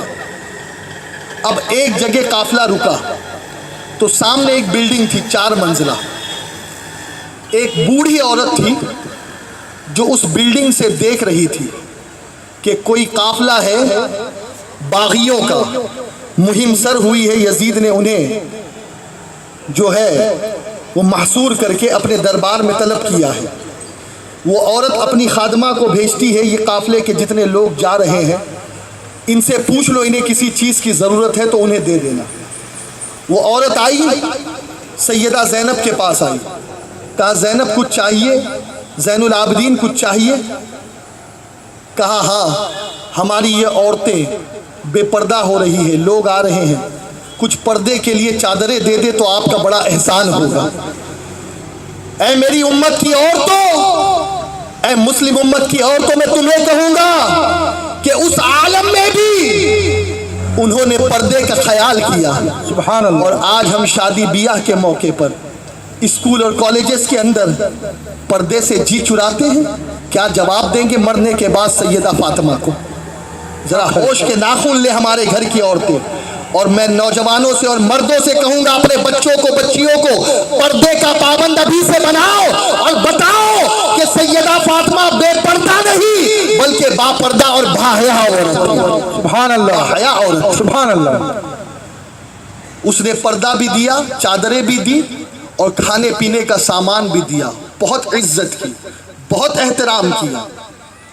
اب جب یہ عزت اور احترام کیا تو سیدہ زینب نے اسے بلا کر کہا کہ میں تمہارا شکریہ ادا کرتی ہوں، یہاں ہمیں کوئی نہیں پوچھ رہا، سب لوگوں نے ہمارا کھیل اور تماشا بنا دیا، لیکن تو نے ہم پر کہا نہیں، میں نے نہیں احسان کیا ہے، یہ تو وہ دیکھو اوپر جو ہماری ملکہ کھڑی ہے نا، جس کی میں باندی ہوں، اس نے یہ احسان تم پر کیا ہے۔ کہا کیا وہ ہمیں جانتی؟ کہا نہیں وہ نہیں جانتی، لیکن اس کا یہ معمور ہے کہ قیدیوں کی وہ خدمت کرتی رہتی ہے۔ کہا کیا وہ نیچے آ سکتی ہے؟ سیدہ زینب نے انہیں نیچے بلایا، اس لیے کہ یہ تو ہتکڑیوں میں تھے نا، یہ کہاں جا سکتے تھے۔ وہ عورت نیچے آئی، سیدہ زینب نے اس عورت سے کہا اے ماں تو نے ہم پر بڑا احسان کیا ہے، بڑا احسان کیا ہے، اللہ تجھے جزائے خیر دے۔ یہاں دمشق میں کوئی ہمیں نہیں پوچھ رہا، کوئی ہمیں نہیں جان رہا، ہم بھوکے اور پیاسے ہیں، لیکن تو نے ہمیں کھانا دیا، پانی دیا، پہننے کے لیے چادر دی۔ اے ماں تیرا بہت احسان ہے، تیرا ہم شکریہ کیا ادا کر سکے، کوئی چیز ہمارے پاس ایسی نہیں ہے جو ہم بدلے کے طور پر دے سکے، لیکن ماں یہ بات تو بتاؤ کہ آخر جہاں ہمیں کوئی نہیں پوچھ رہا وہاں تم نے ہم پر یہ احسان کیا تو کیوں کیا؟ کوئی وجہ؟ پورا دمشق ہے، پورے دمشق کے لوگ ہیں، لیکن کوئی ہم پر احسان نہیں کر رہا، تم نے احسان کیوں کیا؟ اللہ اکبر۔ اس عورت کی آنکھوں سے آنسو نکل پڑے، کہا اگر تم نے یہ سوال پوچھا ہے تو جواب سنو، بہت پرانی بات ہے، کم و بیش 50 یا 60 سال پرانی بات ہے، 70 سال پرانی بات ہے۔ میں پہلے مدینے میں رہتی تھی، سبحان اللہ، اور مدینے میں سیدہ فاطمہ کے گھر کی میں نوکرانی تھی، سبحان اللہ، ان کے گھر میں خدمت کیا کرتی تھی، لیکن کچھ ماحول ایسا بنا کہ مجھے مکے مدینہ چھوڑنا پڑا، اور پھر میں یہاں آ کر کے میں نے رہائش اختیار کی۔ جب میں مدینے سے نکل رہی تھی سیدہ نے مجھے انعام دیے، اکرام سے نوازا، اور سیدہ سے میں نے پوچھا سیدہ کوئی نصیحت کر دو جاتے جاتے۔ سیدہ نے کہا بس ایک نصیحت یاد رکھنا، ایک نصیحت یاد رکھنا ہے میری خادمہ، جب کہیں کوئی قیدی نظر آ جائے نا تو قیدیوں کے ساتھ حسن سلوک کر دینا، سبحان اللہ، قیدیوں کے ساتھ حسن سلوک کر دینا، انہیں کچھ کھلا دینا، پلا دینا، ان کا خیال رکھنا۔ بس ایک نصیحت میری سیدہ نے کی، اور الحمدللہ آج اس عمر میں بھی میں سیدہ کی نصیحت پر عمل کر رہی ہوں۔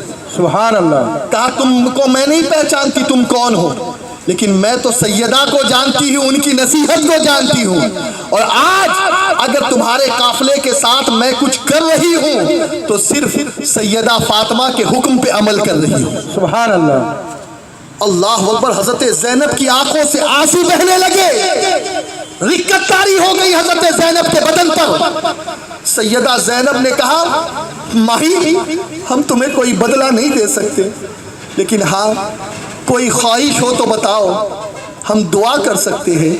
مسافر کی دعا اللہ کے نبی نے فرمائی کہ قبول ہوتی ہے، ہم سفر میں ہیں، ہو سکتا ہے کہ کوئی آپ کی تمنا ہو، ہم دعا کر دیں اللہ مسافر ہونے کی وجہ سے ہماری دعا قبول کر لے۔ اس مائی نے کہا روتے روتے ایک ہی تمنا ہے کہ جب میں فاطمہ کے گھر نوکری کرتی تھی، فاطمہ کے گھر روٹی پکاتی تھی، فاطمہ کے گھر خدمت کرتی تھی، 3 بچے میں فاطمہ کے گھر میں دیکھتی تھی۔ ایک بچے کا نام حسن تھا، ایک کا حسین تھا، ایک بچی کا نام زینب تھا۔ بڑے دن ہو گئے ان سے بچھڑے ہوئے۔ سنا ہے کہ سیدہ بھی اس دنیا سے تشریف لے جا چکی ہے، سنا ہے کہ امام حسن کو بھی زہر دے کر کے شہید کر دیا گیا ہے، لیکن حسین زندہ ہے اور زینب زندہ ہے۔ بس ایک ہی تمنا ہے مرنے سے پہلے، ہاتھ اٹھا کر کے دعا کر دے کہ اللہ مجھے حسین اور زینب سے ایک مرتبہ ملنے کی سعادت عطا فرما۔ سبحان اللہ، اللہ حسین اور زینب سے ملنے کی سعادت حاصل عطا کر دے۔